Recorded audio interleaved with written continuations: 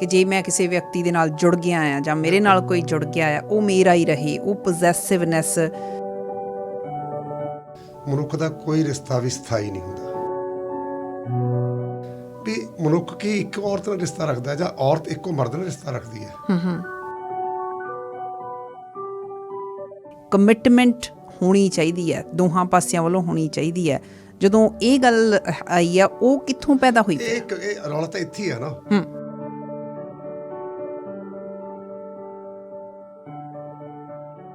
ਹੁਣ ਉਹਨਾਂ ਦੇ ਵਿੱਚੋਂ ਇੱਕ ਵਿਅਕਤੀ ਹੈ, ਆਪਾਂ ਜਾਣਦੇ ਹਾਂ ਸਾਰੇ, ਇਸ ਗੱਲੋਂ ਇਨਕਾਰ ਨਹੀਂ ਕੀਤਾ ਜਾ ਸਕਦਾ, ਜਿਨ੍ਹਾਂ ਨੂੰ ਸੋ ਕਾਲਡ ਨਾਜਾਇਜ਼ ਰਿਸ਼ਤੇ ਕਿਹਾ ਜਾਂਦਾ ਜਾਂ ਐਕਸਟਰਾ ਮੈਰੀਟਲ ਅਫੇਅਰਸ ਕਿਹਾ ਜਾਂਦਾ। ਉਹ ਬਹੁਤ ਵੱਡੀ ਗਿਣਤੀ ਦੇ ਵਿੱਚ ਉਹ ਵੀ ਨਾਲੋਂ ਨਾਲ ਚੱਲੀ ਜਾਂਦੇ ਹੈਗੇ ਆ। ਉਹ ਕਿਰਦਾਰ ਡਿਸਾਈਡ ਕਰਦਾ ਆਪਣਾ। ਜਦੋਂ ਉਹ ਆਪਣੇ ਕਿਰਦਾਰ ਨੂੰ ਉਸ ਲੈਵਲ ਤੱਕ ਡਿਸਾਈਡ ਕਰਦਾ ਹੈ, ਉਹਨੂੰ ਅਸੀਂ ਸੁਪਰੀਗੋ ਵਾਲਾ ਮਨੁੱਖ ਕਹਿ ਸਕਦੇ ਹਾਂ। ਵੀ ਉਹਦੇ ਸਭ ਚੀਜ਼ ਦੇ ਬਹੁਤ ਵਾਰੀ ਇਹ ਹੈ ਕਿ ਜੇ ਕੋਈ ਔਰਤ ਕਤਲ ਕੀਤੀ ਗਈ ਹੈ, ਇਹ ਕੈਨੇਡਾ ਦੇ ਵੀ ਅੰਕੜੇ ਦਿਖਾ ਰਹੇ ਨੇ, ਮੋਸਟ ਆਫ ਦਾ ਟਾਈਮਸ ਉਹ ਉਹਦੇ ਇੰਟੀਮੇਟ ਪਾਰਟਨਰ ਵੱਲੋਂ ਕਤਲ ਕੀਤੀ ਗਈ ਹੁੰਦੀ ਹੈ। ਦੇਖੋ, ਔਰਤ ਜੇ ਉਹਨੂੰ ਲੱਗਦਾ ਵੀ ਮੈਂ ਆਪਣੀ ਲਾਈਫ ਤੋਂ ਸੈਟਿਸਫਾਈ ਨਹੀਂ, ਮੇਰੀ ਉਮਰ ਜੇ ਸਾਰੀ 35-40 ਸਾਲ ਦੀ ਹੈ, ਮੈਂ ਜੇ ਆਪਣੀ ਲਾਈਫ ਨੂੰ ਇੰਜੋਏ ਕਰਨਾ, ਇਸ ਤੋਂ ਤਾਂ ਮੈਂ ਇੰਜੋਏ ਨਹੀਂ ਕਰ ਸਕਦੀ। ਫਿਰ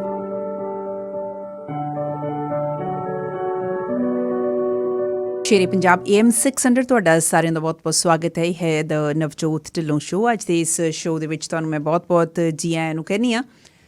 ਤੁਹਾਡੇ ਲਈ ਲੈ ਕੇ ਆਏ ਹਾਂ ਉਹ ਇਸ ਤਰ੍ਹਾਂ ਦੀ ਗੱਲਬਾਤ ਹੋਏਗੀ ਕਿ ਸਾਡੇ ਆਪਸੀ ਰਿਸ਼ਤੇ ਸੁਖਾਵੇਂ ਹੋ ਸਕਣ, ਅਸੀਂ ਇੱਕ ਦੂਸਰੇ ਦਾ ਸਾਥ ਬਿਹਤਰ ਢੰਗ ਦੇ ਨਾਲ ਮਾਣ ਸਕੀਏ। ਇਹ ਹਰ ਕਿਸੇ ਦੀ ਇੱਛਾ ਹੁੰਦੀ ਹੈ, ਪਰ ਸਾਰੇ ਲੋਕ ਰਿਸ਼ਤਿਆਂ ਦੇ ਵਿੱਚ ਸੌਖੇ ਨਹੀਂ ਹੈਗੇ। ਰਿਸ਼ਤਿਆਂ ਦੇ ਵਿੱਚ ਬਹੁਤ ਵਾਰੀ ਤੁਸੀਂ ਨਿੱਘ ਮਹਿਸੂਸ ਕਰਦੇ ਹੋ, ਅਤੇ ਬਹੁਤ ਵਾਰੀ ਜ਼ਿੰਦਗੀ 'ਚ ਇਹੋ ਜਿਹਾ ਸਮਾਂ ਵੀ ਆਉਂਦਾ ਜਦੋਂ ਜ਼ਿੰਦਗੀ ਤੁਹਾਨੂੰ ਉਸ ਮੋੜ 'ਤੇ ਲਿਆ ਕੇ ਖੜ੍ਹਾ ਕਰ ਦਿੰਦੀ ਹੈ, ਜਦੋਂ ਤੁਹਾਡੇ ਰਿਸ਼ਤੇ ਤਿੜਕ ਜਾਂਦੇ ਨੇ, ਤਰੇੜਾਂ ਪੈ ਜਾਂਦੀਆਂ ਨੇ। ਅਤੇ ਉਹ ਤਰੇੜਾਂ ਵੀ ਇਸ ਕਦਰ ਪੈਂਦੀਆਂ ਨੇ ਕਿ ਉਹ ਟੁੱਟਣ ਤੱਕ ਚਲੇ ਜਾਂਦੇ ਨੇ ਰਿਸ਼ਤੇ। ਟੁੱਟਣ ਤੋਂ ਬਾਅਦ ਵੀ ਉਹ ਤੁਹਾਡੇ ਅੰਦਰ ਇੱਕ ਦਰਦ ਛੱਡ ਕੇ ਚਲੇ ਜਾਂਦੇ ਆ। ਅੱਜ ਇਸ ਪ੍ਰੋਗਰਾਮ ਦੇ ਵਿੱਚ ਜਿਹੜੀ ਗੱਲਬਾਤ ਮੈਂ ਤੁਹਾਡੇ ਨਾਲ ਛੇੜਨ ਜਾ ਰਹੀ ਹਾਂ, ਮੇਰੇ ਨਾਲ ਇੱਕ ਸਟੂਡੀਓ ਦੇ ਵਿੱਚ ਮਹਿਮਾਨ ਹੋਣਗੇ। ਪਰ ਸਭ ਤੋਂ ਪਹਿਲਾਂ ਮੈਂ ਸਬਜੈਕਟ ਦੱਸਦੀ ਹਾਂ, ਵਿਸ਼ਾ ਦੱਸਦੀ ਹਾਂ। ਉਹ ਹੈਗਾ ਰਿਸ਼ਤਿਆਂ ਦਾ ਮਨੋਵਿਗਿਆਨ। ਸਾਡੇ ਰਿਸ਼ਤੇ ਕਿਵੇਂ ਬਣਦੇ ਨੇ, ਸਾਡੇ ਰਿਸ਼ਤੇ ਕਿਵੇਂ ਟੁੱਟਦੇ ਨੇ। ਅਤੇ ਉਸੇ ਰੈਫਰੈਂਸ ਦੇ ਵਿੱਚ ਅੱਜ ਨਾਲ ਗੱਲ ਛੇੜਾਂਗੇ ਘਰੇਲੂ ਹਿੰਸਾ ਦੀ। ਮੈਂ ਆਪਣੇ ਨਾਲ ਸਟੂਡੀਓ ਦੇ ਵਿੱਚ ਜਿਹੜੇ ਮਹਿਮਾਨ ਸ਼ਾਮਿਲ ਕਰਨ ਲੱਗੀ ਹਾਂ, ਉਹਨਾਂ ਬਾਰੇ ਦੱਸਣਾ ਚਾਹੁੰਦੀ ਹਾਂ ਕਿ ਉਹ ਪਹਿਲਾਂ ਵੀ ਇਸ ਪ੍ਰੋਗਰਾਮ ਦਾ ਹਿੱਸਾ ਬਣ ਚੁੱਕੇ ਨੇ। ਉਹ ਤਕਰੀਬਨ 1.5 ਸਾਲ ਪਹਿਲਾਂ ਇਸ ਪ੍ਰੋਗਰਾਮ ਦੇ ਵਿੱਚ ਆਏ ਸਨ। ਉਹਨਾਂ ਦੇ ਨਾਲ ਉਹਨਾਂ ਬਾਰੇ ਡਿਟੇਲ 'ਚ ਗੱਲਬਾਤ ਕੀਤੀ ਸੀ।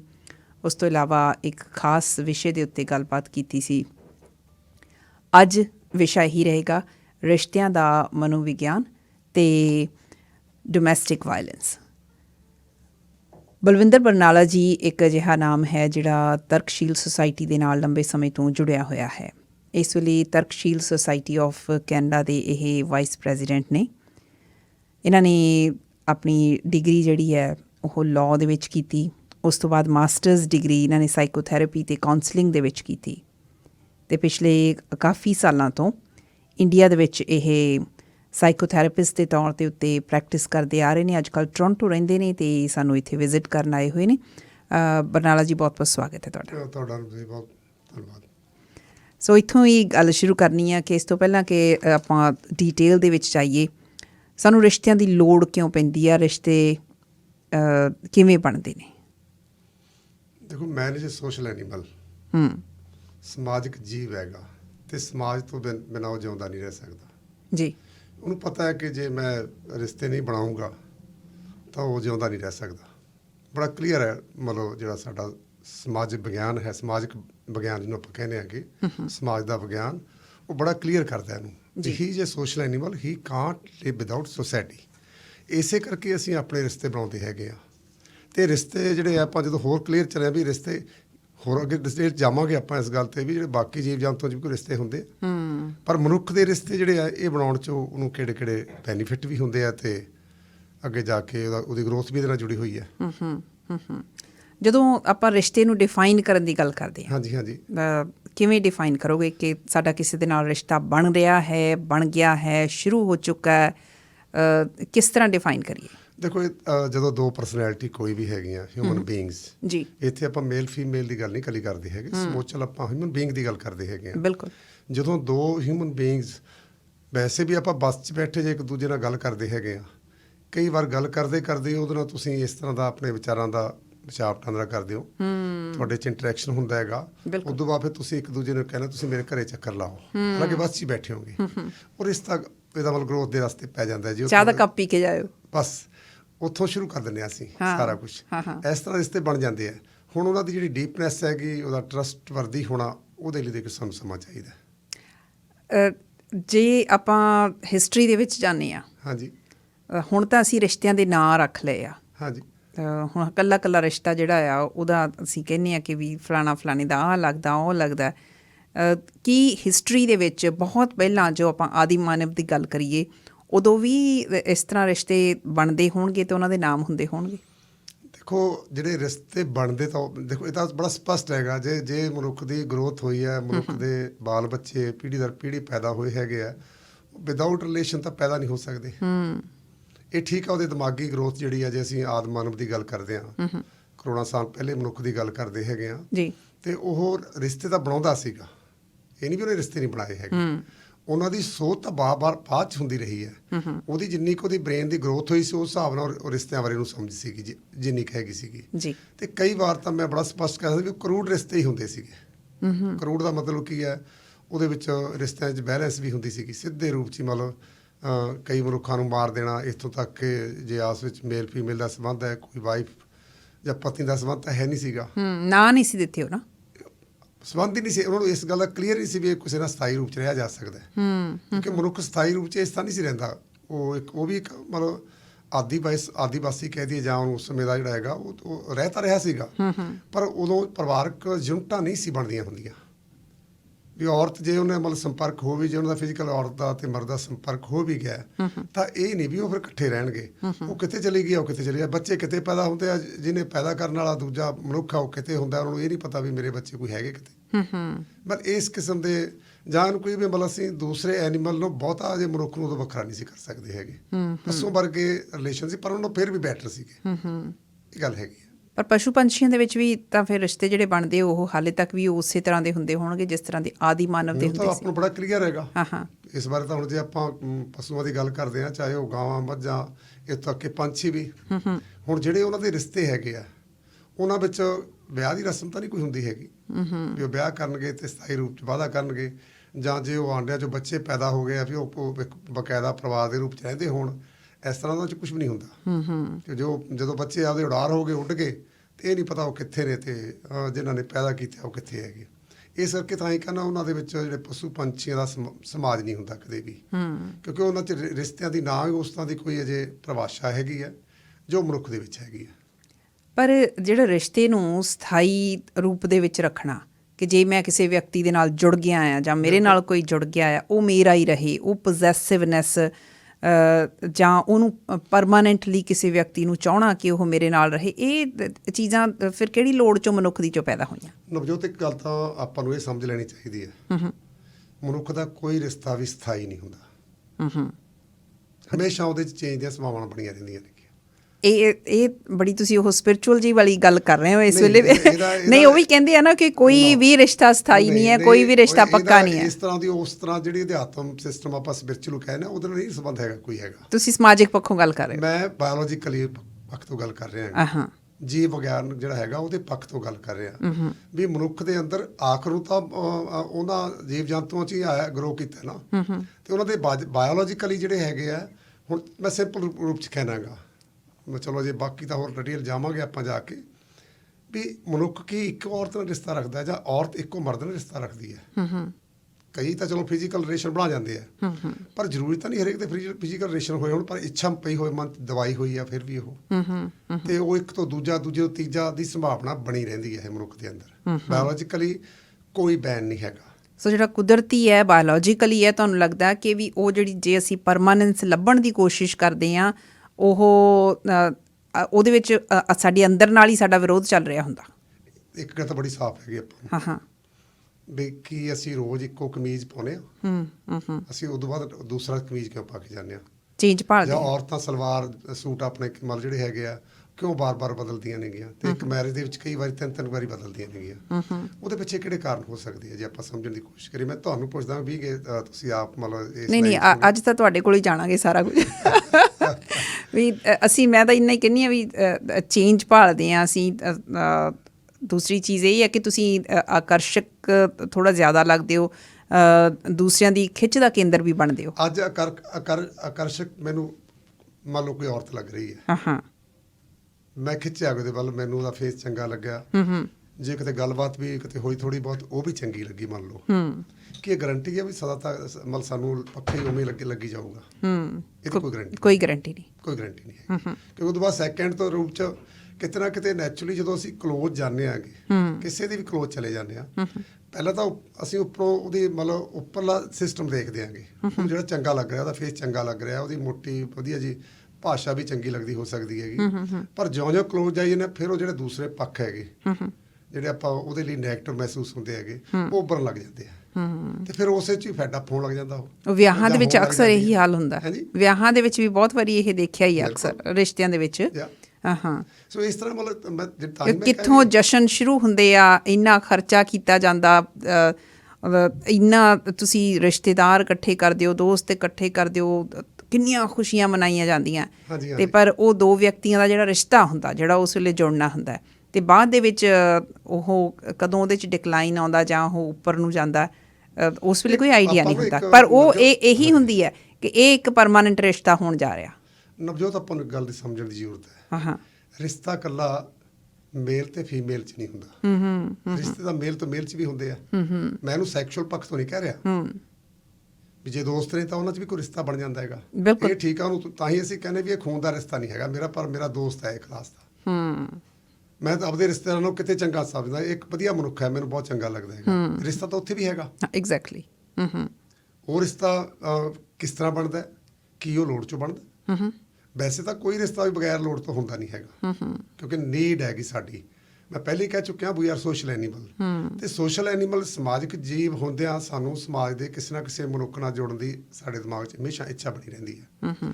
ਉੱਥੇ ਉਹ ਮੇਲ ਫੀਮੇਲ ਦਾ ਮਸਲਾ ਨਹੀਂ ਇਕੱਲਾ ਹੁੰਦਾ, ਤੇ ਜਦੋਂ ਮੇਲ ਫੀਮੇਲ ਦੇ ਮਸਲੇ ਆ ਜਾਣਗੇ ਫਿਰ ਅਸੀਂ ਘਰੇਲੂ ਇਸ ਵਾਲੀ ਗੱਲ ਵੀ ਸਾਡੇ 'ਚ ਆ ਜਾਊ, ਅੱਗੇ ਜਾ ਕੇ ਉਹ ਦੇਖਾਂਗੇ, ਕਿਉਂਕਿ ਉੱਥੇ ਇੱਕ ਮੇਲ ਤੇ ਫੀਮੇਲ ਦੇ ਰਿਸ਼ਤੇ ਦੀ ਗੱਲ ਆਉਣੀ ਹੈ ਇਕੱਲੀ। ਉਹਦੇ ਜਿਹੜੇ ਬਾਕੀ ਰਿਸ਼ਤੇ ਆ, ਮਾਂ ਪੁੱਤ ਦਾ ਰਿਸ਼ਤਾ ਆ ਗਿਆ, ਪਿਓ ਤੇ ਧੀ ਦਾ ਰਿਸ਼ਤਾ ਆ ਗਿਆ, ਜਾਂ ਤੁਹਾਡੇ ਦੋਸਤਾਂ ਦੇ ਆਪਸੀ ਰਿਸ਼ਤੇ ਆ ਗਏ ਆ, ਤੇ ਉਹ ਸਾਰੇ ਰਿਸ਼ਤੇ ਫਿਰ ਅਲੱਗ-ਅਲੱਗ ਕਿਸਮ ਦੇ ਢੰਗ ਨਾਲ ਆਪਾਂ ਨੂੰ ਦੇਖਣ ਦੀ ਜ਼ਰੂਰਤ ਹੈ ਵੀ ਉਹਨਾਂ ਦੇ ਵਿੱਚ ਤਬਦੀਲੀਆਂ ਕਿਵੇਂ ਆਉਂਦੀਆਂ ਨੇਗੀਆਂ।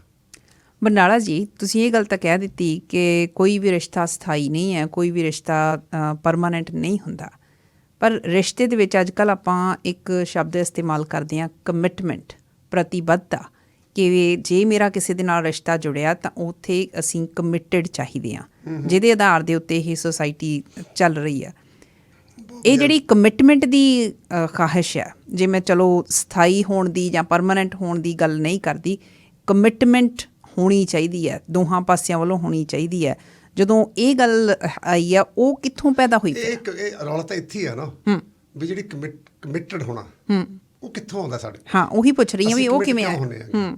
ਫਿਰ ਉਹਦੇ ਨਾਲ ਅਸੀਂ ਦੂਜੇ ਪਾਸੇ ਲਾ ਲੈਂਦੇ ਹਾਂ, ਜੇ ਇਸ ਪੱਖ ਤੋਂ ਲਈਏ ਜਾ ਕੇ ਵੀ ਉਹਦੇ ਸਾਡਾ ਕਲਚਰ ਆ ਗਿਆ, ਉਹਦੇ 'ਚ ਉਦੋਂ ਬਾਅਦ ਇੱਕ ਕਲਚਰ ਦੇ ਵਿੱਚ ਸਬ ਕਲਚਰਸ ਆ ਗਏ, ਵੀ ਸੱਭਿਆਚਾਰ ਦੇ ਵਿੱਚ ਵੀ ਕਹਾਂ ਜੇ ਕਹੀਏ ਵੀ ਮਤਲਬ ਅੰਮ੍ਰਿਤਸਰ ਸਾਈਡ ਦੇ ਜਿਹੜੇ ਪੰਜਾਬੀ ਲੋਕ ਨੇਗੇ, ਉਹਨਾਂ ਦਾ ਜੇ ਮਾਲਵੇ ਦੇ ਪੰਜਾਬੀ ਲੋਕਾਂ ਨਾਲ ਦੇਖੀਏ, ਹੈ ਤਾਂ ਸੱਭਿਆਚਾਰ ਤਾਂ ਇੱਕੋ ਹੀ ਹੈਗਾ, ਪਰ ਉਹਨਾਂ ਦੇ ਰੀਤੀ ਰਿਵਾਜ 'ਚ ਫਰਕ ਦੇਖ ਲਓ ਕਿੰਨਾ ਪੈਂਦਾ ਜਾ ਕੇ ਜੀ, ਤੇ ਉਹਨਾਂ ਦੇ ਆਪਦੇ ਰਿਸ਼ਤਿਆਂ ਦੇ ਵਿੱਚ ਕਿਵੇਂ ਵੱਖਰੇ ਵੱਖਰੇ ਢੰਗ ਨਾਲ ਕਮਿਟਮੈਂਟਾਂ ਆਉਂਦੀਆਂ ਨੇਗੀਆਂ। ਮਤਲਬ ਇਹ ਵੀ ਕਮਿਟਮੈਂਟ ਹੈ ਕਿ ਮੈਂ ਮਤਲਬ ਸਾਡੇ ਤੇ ਜਾਂ ਇੱਕ ਇਹ ਲਾਗੂ ਕਰਤਾ ਵੀ ਮੈਂ ਆਪਦੇ ਗੋਤ 'ਚ ਆਪਦੇ ਗੋਤ 'ਚ ਮੈਰਿਜ ਨਹੀਂ ਕਰ ਸਕਦਾ ਜਾਂ ਕਰ ਸਕਦੀ। ਹਾਂਜੀ, ਹੈ ਤਾਂ ਇਹ ਵੀ ਇੱਕ ਸੁਸਾਇਟੀ ਦੀ ਤੁਹਾਨੂੰ ਦਿੱਤੀ ਹੋਈ, ਮਤਲਬ ਤੁਹਾਨੂੰ ਇੱਥੇ ਕਮਿਟ ਹੋਣਾ ਚਾਹੀਦਾ ਹੈਗਾ, ਕਿਉਂਕਿ ਇਹ ਬਾਉਂਡਸ ਨੇ ਸਾਰੇ ਸਾਡੇ ਦੇ ਲਾਏ ਹੋਏ ਜਿਹੜੇ ਹੈਗੇ ਆ, ਜਦੋਂ ਬੰਧਨ ਕਿਹਾ ਜਾਂਦਾ ਹੈ ਨਾ। ਕਮਿਟਮੈਂਟ ਜਦੋਂ ਦੋ ਧਿਰਾਂ ਦੇ ਵਿੱਚ ਇੱਕ ਸਹਿਮਤੀ ਹੋ ਜਾਂਦੀ ਹੈ, ਜਿਹਨੂੰ ਆਪਾਂ ਇੱਥੇ ਹੀ ਕਹਿ ਸਕਦੇ ਸਹਿਮਤੀ ਹੈ, ਇੱਕ ਕਿਸਮ ਦੀ ਐਗਰੀਮੈਂਟ ਹੈ, ਕਿਸਮ ਦਾ ਜ਼ਬਾਨੀ ਇਹ ਕਹਿ ਲਓ ਚਾਹੇ ਲਿਖਤੀ ਕਹਿ ਲਏ। ਮੈਰਿਜ ਜਿਹੜੀ ਆ ਉਹ ਵੀ ਕਮਿਟਮੈਂਟ ਹੈਗੀ, ਤੇ ਉਹ ਵੀ ਇੱਕ ਐਗਰੀਮੈਂਟ ਹੈ ਦੋ ਧਿਰਾਂ 'ਚ ਵੀ ਆਪਾਂ ਇਕੱਠੇ ਜ਼ਿੰਦਗੀ ਜਿਉਣੀ ਹੈ, ਬੱਚੇ ਪਾਲਣੇ ਆ ਤੇ ਗਾਹਾਂ ਨਿਭਾਉਣਾ ਹੈਗਾ। ਕਮਿਟਮੈਂਟ ਤਾਂ ਹੋਏਗੀ ਜਦੋਂ ਐਗਰੀਮੈਂਟ ਹੋ ਗਿਆ, ਪਰ ਕੀ ਉੱਥੇ ਅਸੀਂ ਸਮਝ ਸਕਦੇ ਵੀ ਉਹ ਬਿਲਕੁਲ ਕਮਿਟਮੈਂਟ ਤੇ ਮੇਰੇ ਆਪਣੇ ਸੋਚਣ ਦੇ ਮੁਤਾਬਕ, ਜੇ ਮੈਂ ਇੱਕ ਮਨੋਵਿਗਿਆਨ ਦੇ ਤੌਰ ਤੇ ਕਹਿ ਸਕਦਾ, ਕਈ ਵਾਰ ਕੀ ਹੁੰਦਾ ਵੀ ਮਨੁੱਖ ਦੇ ਅੰਦਰ ਵੀ ਦੋ ਕਿਸਮ ਦੀ ਗੱਲ ਚੱਲ ਪੈਂਦੀ ਹੈ। ਅੱਛਾ, ਇੱਕ ਕਮਿਟਡ ਰਿਸ਼ਤੇ ਵਾਲੀ ਹੁੰਦੀ ਹੈ, ਇੱਕ ਉਹ ਤੋਂ ਬਾਹਰ ਹੈ। ਉਹ ਕਿਵੇਂ? ਵੀ ਵਫਾ ਤਾਂ ਮੇਰੀ ਪਤਨੀ ਪ੍ਰਤੀ ਹੈ, ਵੀ ਨਹੀਂ ਮੇਰੀ ਪਤਨੀ ਵਰਗੀ ਨਹੀਂ ਉਹ, ਪਰ ਬਾਹਰ ਰਿਲੇਸ਼ਨ ਵੀ ਰੱਖਣੇ ਆ। ਪਤਨੀ ਛੱਡਣੀ ਕੋਈ ਨਹੀਂ ਹੈਗੀ, ਨਾਲ ਵੀ ਰਹਿਣਾ ਹੈਗਾ, ਤੇ ਉਹ ਤੋਂ ਲੁਕੋ ਕੇ ਵੀ ਰੱਖਣੇ ਰਿਸ਼ਤੇ ਆਪਦੇ। ਤੇ ਉੱਥੇ ਫਿਰ ਕਮਿਟਮੈਂਟ ਕੀ ਕਹਾਂਗੇ, ਉਧਰ ਕਿਹੜੀ ਹੈ ਤੇ ਇੱਧਰ ਕਿਹੜੀ ਕਮਿਟਮੈਂਟ ਹੈ। ਬਿਲਕੁਲ ਆਪਣੀ ਕਮਿਟਮੈਂਟ ਤਾਂ ਪੂਰੀ ਕਰ ਰਿਹਾ ਉਹਨੇ, ਵੀ ਅਸੀਂ ਇਕੱਠੇ ਰਹਾਂਗੇ ਤੇ ਮੈਰਿਜ ਕੀਤੀ ਹੈ, ਬੱਚੇ ਪਾਲਾਂਗੇ, ਕਮਾਈ ਘਰੇ ਲੈ ਕੇ ਆਵਾਂਗੇ ਤੇ ਸਾਰਾ ਕੁਝ ਕਰਾਂਗੇ। ਉਹ ਬਿਲਕੁਲ ਉਵੇਂ ਕਰ ਰਿਹਾ ਹੈਗਾ। ਫਿਰ ਅਸੀਂ ਕਹਾਂਗੇ ਉੱਥੇ ਜੇ ਉਹ ਬਾਹਰ ਰਿਲੇਸ਼ਨ ਬਣਾਉਂਦਾ ਵੀ ਉਹ ਕਮਿਟਮੈਂਟ ਟੁੱਟ ਗਈ ਉਹਦੀ। ਐਗਜ਼ੈਕਟਲੀ। ਇਹ ਜਿਹੜੀ ਸ਼ਬਦ ਆ ਜਦੋਂ ਬੰਧਨ ਹੈ, ਰਿਸ਼ਤਿਆਂ ਦਾ ਬੰਧਨ ਜਿਹਨੂੰ ਆਪਾਂ ਕਹਿੰਦੇ ਆ, ਸੋ ਬੰਧਨ ਅਸਲ ਦੇ ਵਿੱਚ ਉਹ ਦੋ ਵਿਅਕਤੀਆਂ ਦੇ ਦਰਮਿਆਨ ਬੰਧਨ ਨਹੀਂ ਹੈ। ਬੰਧਨ ਜਿਹੜਾ ਘੇਰਾ ਸੁਸਾਇਟੀ ਦੇ ਵਿੱਚ ਆ, ਚਾਹੇ ਉਹ ਕਲਚਰ ਦੇ ਨਾਂ 'ਤੇ ਆ, ਚਾਹੇ ਰਿਵਾਜਾਂ ਦੇ ਨਾਂ 'ਤੇ ਆ, ਜਾਂ ਵੈਲਿਊਜ਼ ਦੇ ਨਾਂ 'ਤੇ ਆ, ਬੰਧਨ ਤਾਂ ਉਹਨਾਂ ਚੀਜ਼ਾਂ ਦਾ ਹੁਣ ਦੇਖੋ ਕਮਿਟਮੈਂਟਾਂ ਜਿਹੜੀਆਂ ਨੇਗੀਆਂ ਕੋਈ ਇੱਕ ਤੇ ਨਹੀਂ, ਜੇ ਆਪਾਂ ਇਕੱਠੇ ਰਹਿਣ ਦਾ ਵਾਅਦਾ ਕਰ ਲਿਆ ਕਮਿਟਮੈਂਟ ਦਾ, ਮੇਰੇ ਖਿਆਲ 'ਚ ਹਰ ਮੈਰਿਜ ਦੇ ਵਿੱਚ ਇਹ ਕਮਿਟਮੈਂਟ ਤਾਂ ਹੁੰਦੀ ਹੈ, ਇਕੱਠੇ ਰਹਿਣ ਦੀ ਕਮਿਟਮੈਂਟ ਹੀ ਹੈ। ਹੁਣ ਤਾਂ ਬੜਾ ਕਲੀਅਰ ਹੋ ਗਿਆ, ਅੱਗੇ ਤਾਂ ਜੇ ਕਲੀਅਰ ਨਹੀਂ ਸੀ ਹੁੰਦਾ, ਵਿਚੋਲਾ ਜਾਂਦਾ ਸੀ ਤੇ ਰਿਸ਼ਤਾ ਕਰਕੇ ਆ ਜਾਂਦਾ ਸੀਗਾ, ਪਤਾ ਨਹੀਂ ਕੁੜੀ ਦੇਖੀ ਵੀ ਨਹੀਂ ਸੀ ਹੁੰਦੀ। ਉਹ ਤੋਂ ਬਾਅਦ ਕੁੜੀਆਂ ਦੇਖਣ ਲੱਗ ਗਏ, ਕੁੜੀ ਮੁੰਡੇ ਨੂੰ, ਉਹ ਤੋਂ ਬਾਅਦ ਹੋਰ ਕਲੀਅਰ ਹੋ ਗਿਆ ਵੀ ਕੁੜੀ ਵੀ ਜੈਸ ਨੋ ਕਰ ਕਹਿਣ ਲੱਗ ਗਈ, ਕਿਉਂਕਿ ਰਿਸ਼ਤਿਆਂ ਦੇ ਵਿੱਚ ਅੱਗੇ ਜਿਉਂ-ਜਿਉਂ ਗਰੋਥ ਹੋ ਰਹੀ, ਜਿਉਂ-ਜਿਉਂ ਹਿਊਮਨ ਰਾਈਟਸ ਦਾ ਮਸਲਾ ਆ ਗਿਆ, ਜਿਉਂ-ਜਿਉਂ ਲਗਾਤਾਰ ਜ਼ਿੰਦਗੀ ਜਿਉਣ ਦਾ ਮਸਲਾ ਆ ਗਿਆ, ਐਜੂਕੇਸ਼ਨ ਦੀ ਡਿਸਪੈਰਿਟੀ ਜਾਂ ਉਹਦਾ ਲੈਵਲ ਦਾ ਮਸਲਾ ਆ ਗਿਆ, ਕਿੰਨੇ ਸਾਰੇ ਮਸਲੇ ਆਉਣ ਲੱਗ ਗਏ। ਫਿਰ ਉਸੇ ਹਿਸਾਬ ਨਾਲ ਅਸੀਂ ਡਿਸਾਈਡ ਕਰਨ ਲੱਗ ਗਏ ਆਪਣੇ ਰਿਸ਼ਤੇ। ਇਹ ਤਾਂ ਹੋ ਗਈ ਕਿ ਸੋਸ਼ਲ ਲੈਵਲ ਦੇ ਉੱਤੇ ਬੰਧਨ ਬਣ ਗਏ, ਜਾਂ ਉਹ ਜਿਹੜੀ ਰਿਲੇਸ਼ਨਸ਼ਿਪ ਜਿਸ ਹਿਸਾਬ ਦੀ ਬਣੀ। ਫਿਰ ਇਮੋਸ਼ਨਸ ਕਿੱਥੇ ਗਏ? ਲੋਕ ਤਾਂ ਕਹਿੰਦੇ ਕਿ ਵੀ ਹਰ ਇੱਕ ਰਿਸ਼ਤਾ ਹੀ ਇਮੋਸ਼ਨ ਦੇ ਬੇਸ 'ਤੇ ਬਣਦਾ, ਉਹਨਾਂ ਦਾ ਕੀ ਰੋਲ ਹੋਇਆ?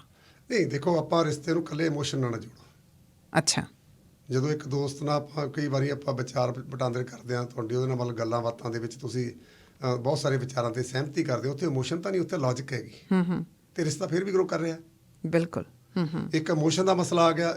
ਹੁਣ ਇਹ ਕੀ ਹੈ ਵੀ ਬੱਸ ਦੇ ਵਿੱਚ ਕੁੜੀ ਮੁੰਡਾ ਬੈਠੇ ਆ, ਦੋਨਾਂ ਨੇ ਆਪਸ ਵਿੱਚ ਫੇਸ ਇੱਕ ਦੂਜੇ ਦੇ ਵੱਲ ਦੇਖੇ ਤੇ ਅੱਖਾਂ ਮਿਲਾਈਆਂ ਤੇ ਇਮੋਸ਼ਨਸ ਆ ਗਏ ਉਹਦੇ ਅੰਦਰ, ਕਿਉਂਕਿ ਉਹ ਬਾਇਓਲੋਜੀਕਲੀ ਆ ਜੀ, ਤੇ ਇਮੋਸ਼ਨ 'ਚ ਉਹ ਇੱਕ ਦੂਜੇ ਨੇੜੇ ਚਲੇ ਗਏ ਤੇ ਹੌਲੀ ਹੌਲੀ ਮੈਰਿਜ ਤੱਕ ਕਮਿਟਮੈਂਟ ਚਲੀ ਜਾਂਦੀਆਂ ਨੇਗੀਆਂ।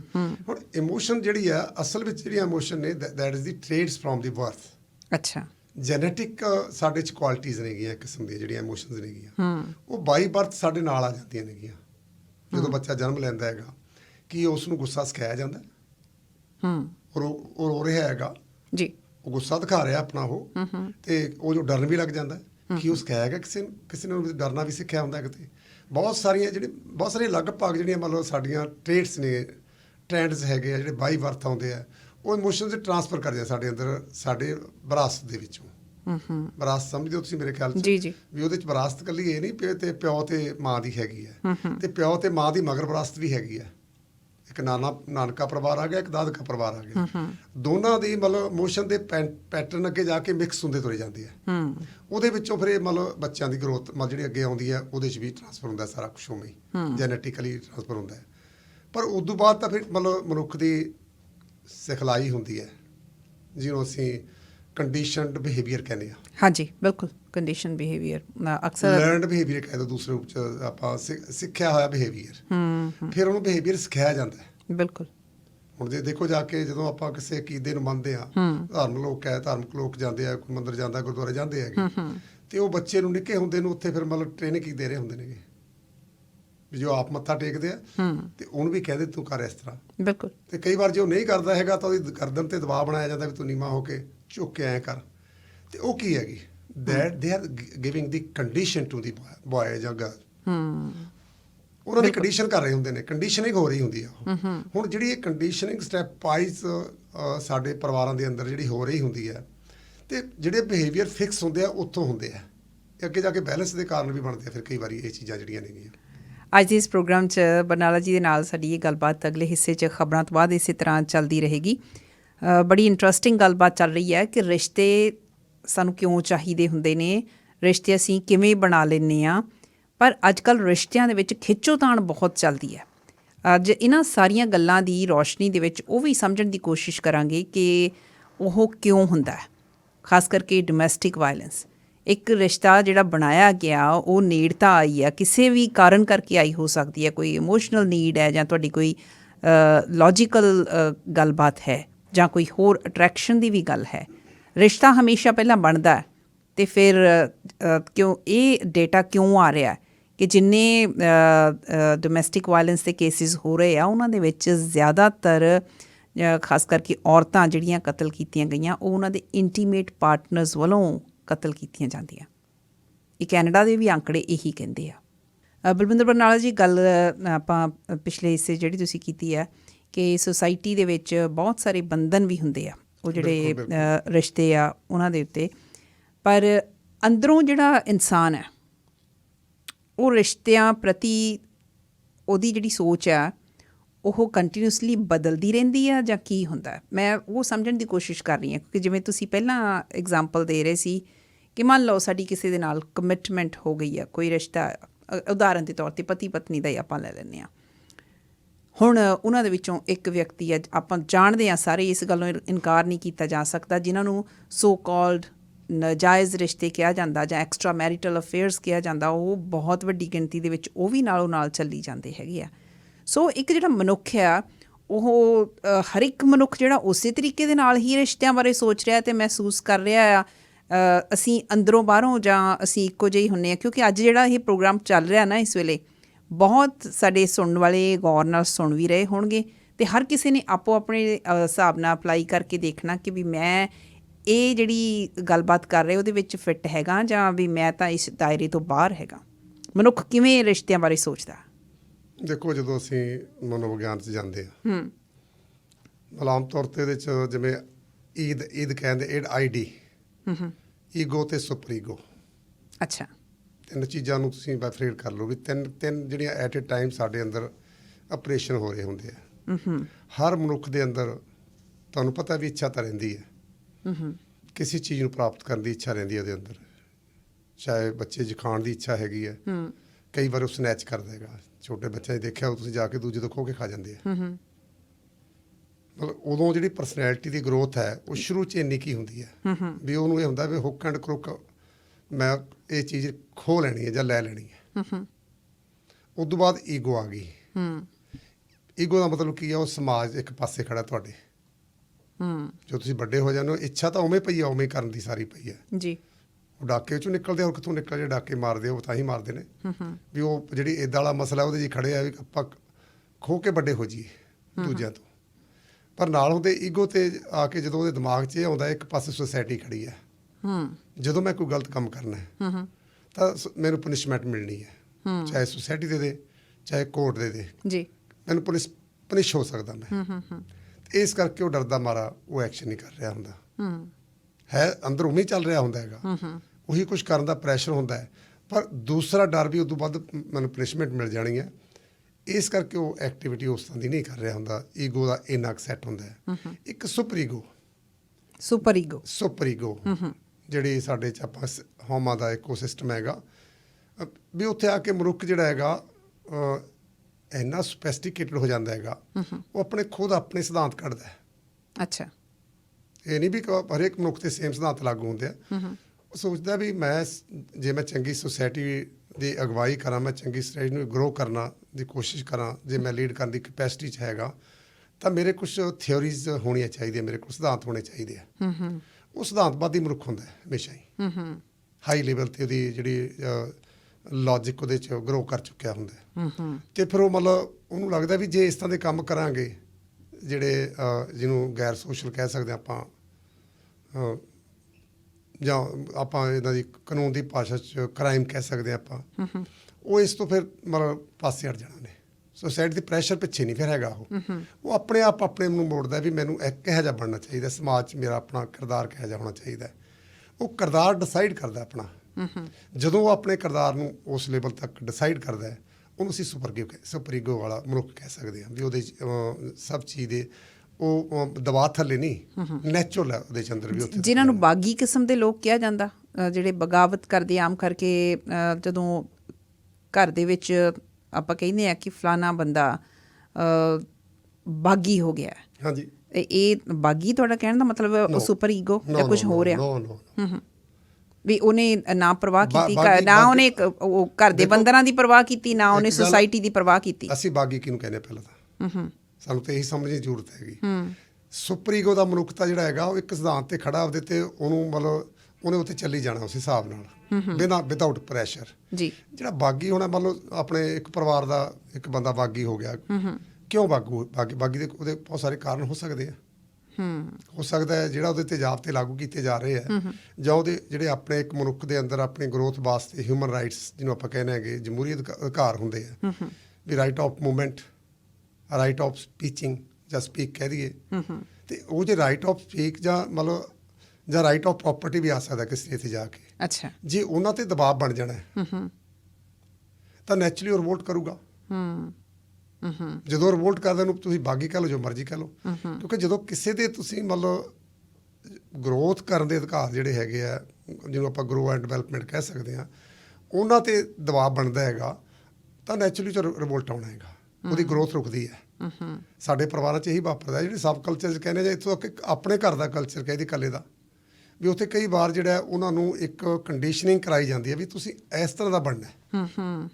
ਹਾਂਜੀ, ਬਿਲਕੁਲ ਕੰਡੀਸ਼ਨਿੰਗ ਤਾਂ ਹੁੰਦੀ ਹੈ, ਹਰ ਇੱਕ ਮੋੜ ਦੇ ਉੱਤੇ ਸਾਡੀ ਕੰਡੀਸ਼ਨਿੰਗ ਹੋ ਰਹੀ ਹੁੰਦੀ ਹੈ, ਜਿਹੜੀ ਉਹ ਸਪੈਸੀਫਿਕ ਕੰਡੀਸ਼ਨਿੰਗ ਆ ਉਹਦੀ। ਹੁਣ ਜਿਵੇਂ ਆਮ ਘਰਾਂ 'ਚ ਦੇਖਦੇ ਆਪਾਂ ਜਾ ਕੇ ਵੀ ਰਸੋਈਆਂ ਦੇ ਵਿੱਚ ਇਹੋ ਜਿਹੇ ਲੋਕ ਮਿਲਣਗੇ ਜਿਹੜੇ ਸੁੱਚ ਦੇ ਨਾਂ ਥੱਲੇ, ਸੁੱਚ ਕਹਿੰਦੇ ਉਹਨੂੰ, ਪਵਿੱਤਰਤਾ ਦਾ ਨਾਂ ਲੈ ਲਓ, ਦੂਜੇ ਰੂਪ 'ਚ ਕਹਿ ਦਈਏ ਆਪਾਂ, ਵੀ ਔਰਤ ਨੂੰ ਮਤਲਬ ਉਹਨਾਂ ਨੇ ਉੱਤੇ ਬੈਨ ਲਾਇਆ ਵੀ ਜਦੋਂ ਉਹਨੂੰ ਮਾਹਵਾਰੀ ਦੀ ਪ੍ਰੋਬਲਮ ਆਉਂਦੀ ਹੈ ਤਾਂ ਉਹ ਰਸੋਈ 'ਚ ਨਹੀਂ ਜਾ ਸਕਦੀ। ਹਾਂਜੀ। ਹੁਣ ਇਹ ਹਰੇਕ ਪਰਿਵਾਰ 'ਚ ਤਾਂ ਨਹੀਂ ਹੈਗਾ ਇਸ ਤਰ੍ਹਾਂ ਵੀ ਹਰੇਕ ਪਰਿਵਾਰ 'ਚ ਐਂ ਲਾਗੂ ਕੀਤਾ ਜਾਂਦਾ ਹੈਗਾ। ਹੁਣ ਜਿਹੜਾ ਇਸ ਤਰ੍ਹਾਂ ਦਾ ਕਈ ਵਾਰੀ ਘਰਾਂ ਦੇ ਵਿੱਚ ਮਤਲਬ ਇਸ ਤਰ੍ਹਾਂ ਦੀਆਂ ਗੱਲਾਂ ਵੀ ਆਉਂਦੀਆਂ ਨੇਗੀਆਂ, ਉਹ 'ਚੋਂ ਪ੍ਰੈਸ਼ਰ ਵੀ ਪੈਦਾ ਹੁੰਦੇ ਆ। ਜੇ ਆਪਾਂ ਜਿਹੜੀ ਸੁਪਰ ਈਗੋ ਆ, ਮੈਂ ਉਹ ਸਮਝਣ ਦੀ ਕੋਸ਼ਿਸ਼ ਕਰ ਰਹੀ ਹਾਂ। ਸੁਪਰ ਈਗੋ ਫਿਰ ਐਗਜ਼ੈਕਟਲੀ ਕੀ ਹੈ? ਉਹ ਵਿਅਕਤੀ ਆਪਣੇ ਲਈ ਖੜਾ ਹੋ ਰਿਹਾ, ਉਹਨੂੰ ਪਰਵਾਹ ਨਹੀਂ ਹੈਗੀ ਉਸ ਵੇਲੇ, ਜਾਂ ਉਹ ਬੇਪਰਵਾਹ ਹੋ ਰਿਹਾ, ਬੇਲਾਗ ਹੋ ਰਿਹਾ, ਜਿਹੜੇ ਵੀ ਰਿਸ਼ਤਿਆਂ ਦੇ ਵਿੱਚ ਆਲਰੇਡੀ ਉਹ ਐਗਜ਼ਿਸਟ ਕਰ ਰਿਹਾ, ਉੱਥੇ ਉਹ ਅਨਕੰਫਰਟੇਬਲ ਮਹਿਸੂਸ ਕਰ ਰਿਹਾ, ਉਹ ਬਾਹਰ ਨਿਕਲ ਰਿਹਾ ਉਹਦੇ ਵਿੱਚੋਂ, ਉਹ ਹੈ ਸੁਪਰ ਈਗੋ। ਇਹ ਦੇਖੋ ਗੱਲ ਬੜੀ ਸਮਝਣ ਵਾਲੀ ਹੈਗੀ ਆਪਾਂ ਨੂੰ। ਕੁਛ ਆਪਾਂ ਕਹਿੰਦੇ ਵੀ ਵਰਲਡ ਵਾਈਡ ਟਰੁੱਥਸ ਹੈਗੀਆਂ, ਵਰਲਡ ਵਾਈਡ ਆਪਾਂ ਨੂੰ ਕਹਿ ਦਈਏ ਵੀ ਕੁਛ ਨੈਤਿਕ ਅਸੂਲ ਜਿਹੇ ਹੈਗੇ ਆ, ਜਿਹੜੇ ਤੁਸੀਂ ਕਿਸੇ ਸਮਾਜ ਚਲੇ ਜਾਓ ਉਹਨੂੰ ਪ੍ਰਵਾਨ ਹੁੰਦੇ ਆ ਜੀ। ਜਿਵੇਂ ਆਪਾਂ ਕਹਿੰਦੇ ਵੀ ਓਨੈਸਟੀ ਹੈਗੀ ਹੈ, ਇਮਾਨਦਾਰੀ ਹੈਗੀ। ਕਿਹੜਾ ਸਮਾਜ ਨਹੀਂ, ਚਾਹੇ ਫਿਜੀ ਲੋਕਾਂ ਚਲੇ ਜਾਓ ਜਾਂ ਸਾਡੇ ਬ੍ਰਿਟਿਸ਼ ਜਿਹੜੇ ਆਪਣੇ ਗੋਰੇ ਲੋਕ ਆ ਉਹਨਾਂ ਚਲੇ ਜਾਓ, ਜਾਂ ਆਪਾਂ ਬਲੈਕ ਕਲਰ ਕਿਸੇ ਵੀ ਰੀਜਨ ਦੇ ਵਿੱਚ ਕਿਤੇ ਵੀ ਕੋਈ ਰੰਗ ਭੇਦ ਤੋਂ ਬਗੈਰ ਵੀ ਆਪਾਂ ਗੱਲ ਕਰੀਏ, ਹਰ ਕੋਈ ਚਾਹੁੰਦਾ ਇਮਾਨਦਾਰ। ਓਨੈਸਟੀ ਤਾਂ ਉੱਥੇ ਉਹਦੀ ਵੈਲਿਊ ਹੈਗੀ ਆ। ਇਵੇਂ ਸੱਚ ਬੋਲਣ ਦੀ, ਚਾਹੇ ਮੈਂ ਇੱਕ ਗੱਲ ਸਾਫ਼ ਕਹਿਣਾ ਵੀ ਕੋਈ ਮਨੁੱਖ ਵੀ 100% ਸੱਚ ਨਹੀਂ ਬੋਲ ਸਕਦਾ, ਉਹਨੂੰ ਕਿਤੇ ਨਾ ਕਿਤੇ ਝੂਠ ਬੋਲਣਾ ਪੈ ਸਕਦਾ ਹੈ, ਉਹਦੀ ਮਜਬੂਰੀ ਵੀ ਹੋ ਸਕਦੀ ਹੈ ਜੀ। ਪਰ ਇਹਦੇ ਬਾਵਜੂਦ ਇੱਕ ਕੁਆਲਿਟੀ ਹੈਗੀ ਸਾਡੇ ਅੰਦਰ, ਜਿਹੜੀਆਂ ਯੂਨੀਵਰਸਿਟੀ ਟਰੁੱਥ ਨੇ ਹੈਗੀਆਂ। ਯੂਨੀਵਰਸਿਟੀ ਟਰੁੱਥ ਜਿਹੜਾ ਹੈ ਇੱਕ ਸੁਪਰ ਈਗੋ ਵਾਲਾ ਹਿਊਮਨ ਹੈਗਾ, ਉਹ ਨੈਚੁਰਲ ਅਡਾਪਟ ਕਰਦਾ ਹੈਗਾ। ਅੱਛਾ।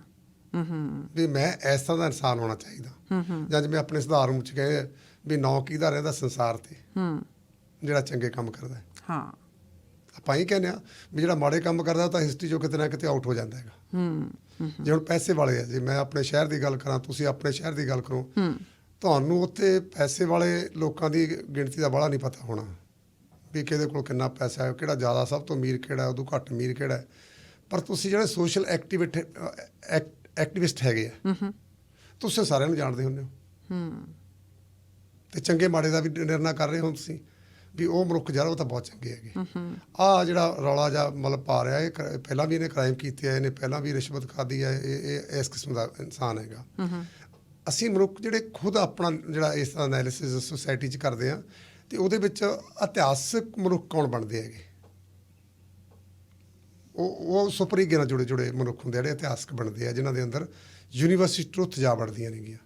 ਚਾਹੇ ਉਹ ਪੈਗੰਬਰ ਦੇ ਰੂਪ 'ਚ ਕਹਿ ਲਈਏ ਆਪਾਂ, ਚਾਹੇ ਕਿ ਮਹਾਨ ਸ਼ਖਸੀਅਤਾਂ ਜਿਹੜੇ ਨਾਂ ਦਿੰਦੇ ਹਾਂ ਅਸੀਂ, ਉਹ ਕਿਤੇ ਨਾ ਕਿਤੇ ਤਾਂ ਉਹਨਾਂ ਨੇ ਸਮਾਜ 'ਚ ਕੋਈ ਉਸ ਤਰ੍ਹਾਂ ਦੀ ਆਪਣੀ ਦਿੱਖ ਦਿਖਾਈ ਹੈ, ਆਪਣੇ ਅੰਦਰ ਉਹ ਇੱਕ ਜਿਹੜੇ ਯੂਨੀਵਰਸਿਟੀ ਟਰੁੱਥ ਨੇਗੇ ਉਹਨਾਂ ਦਾ ਮਤਲਬ ਬਖਾਵਾ ਨਹੀਂ ਕੀਤਾ ਕਹਿ ਸਕਦੇ, ਵੀ ਬਾਕੀ ਅਪਣਾ ਕੇ ਲੋਕਾਂ 'ਚ ਵਿਚ ਰਹੇ ਹੈਗੇ, ਅਪਣਾਇਆ ਉਹਨਾਂ ਨੇ ਤੇ ਜੀਵੇ ਆ ਉਸ ਹਿਸਾਬ ਦੇ ਨਾਲ, ਤੇ ਤਾਂ ਕਰਕੇ ਲੋਕ ਉਹਨਾਂ ਨੂੰ ਯਾਦ ਕਰਦੇ ਆ।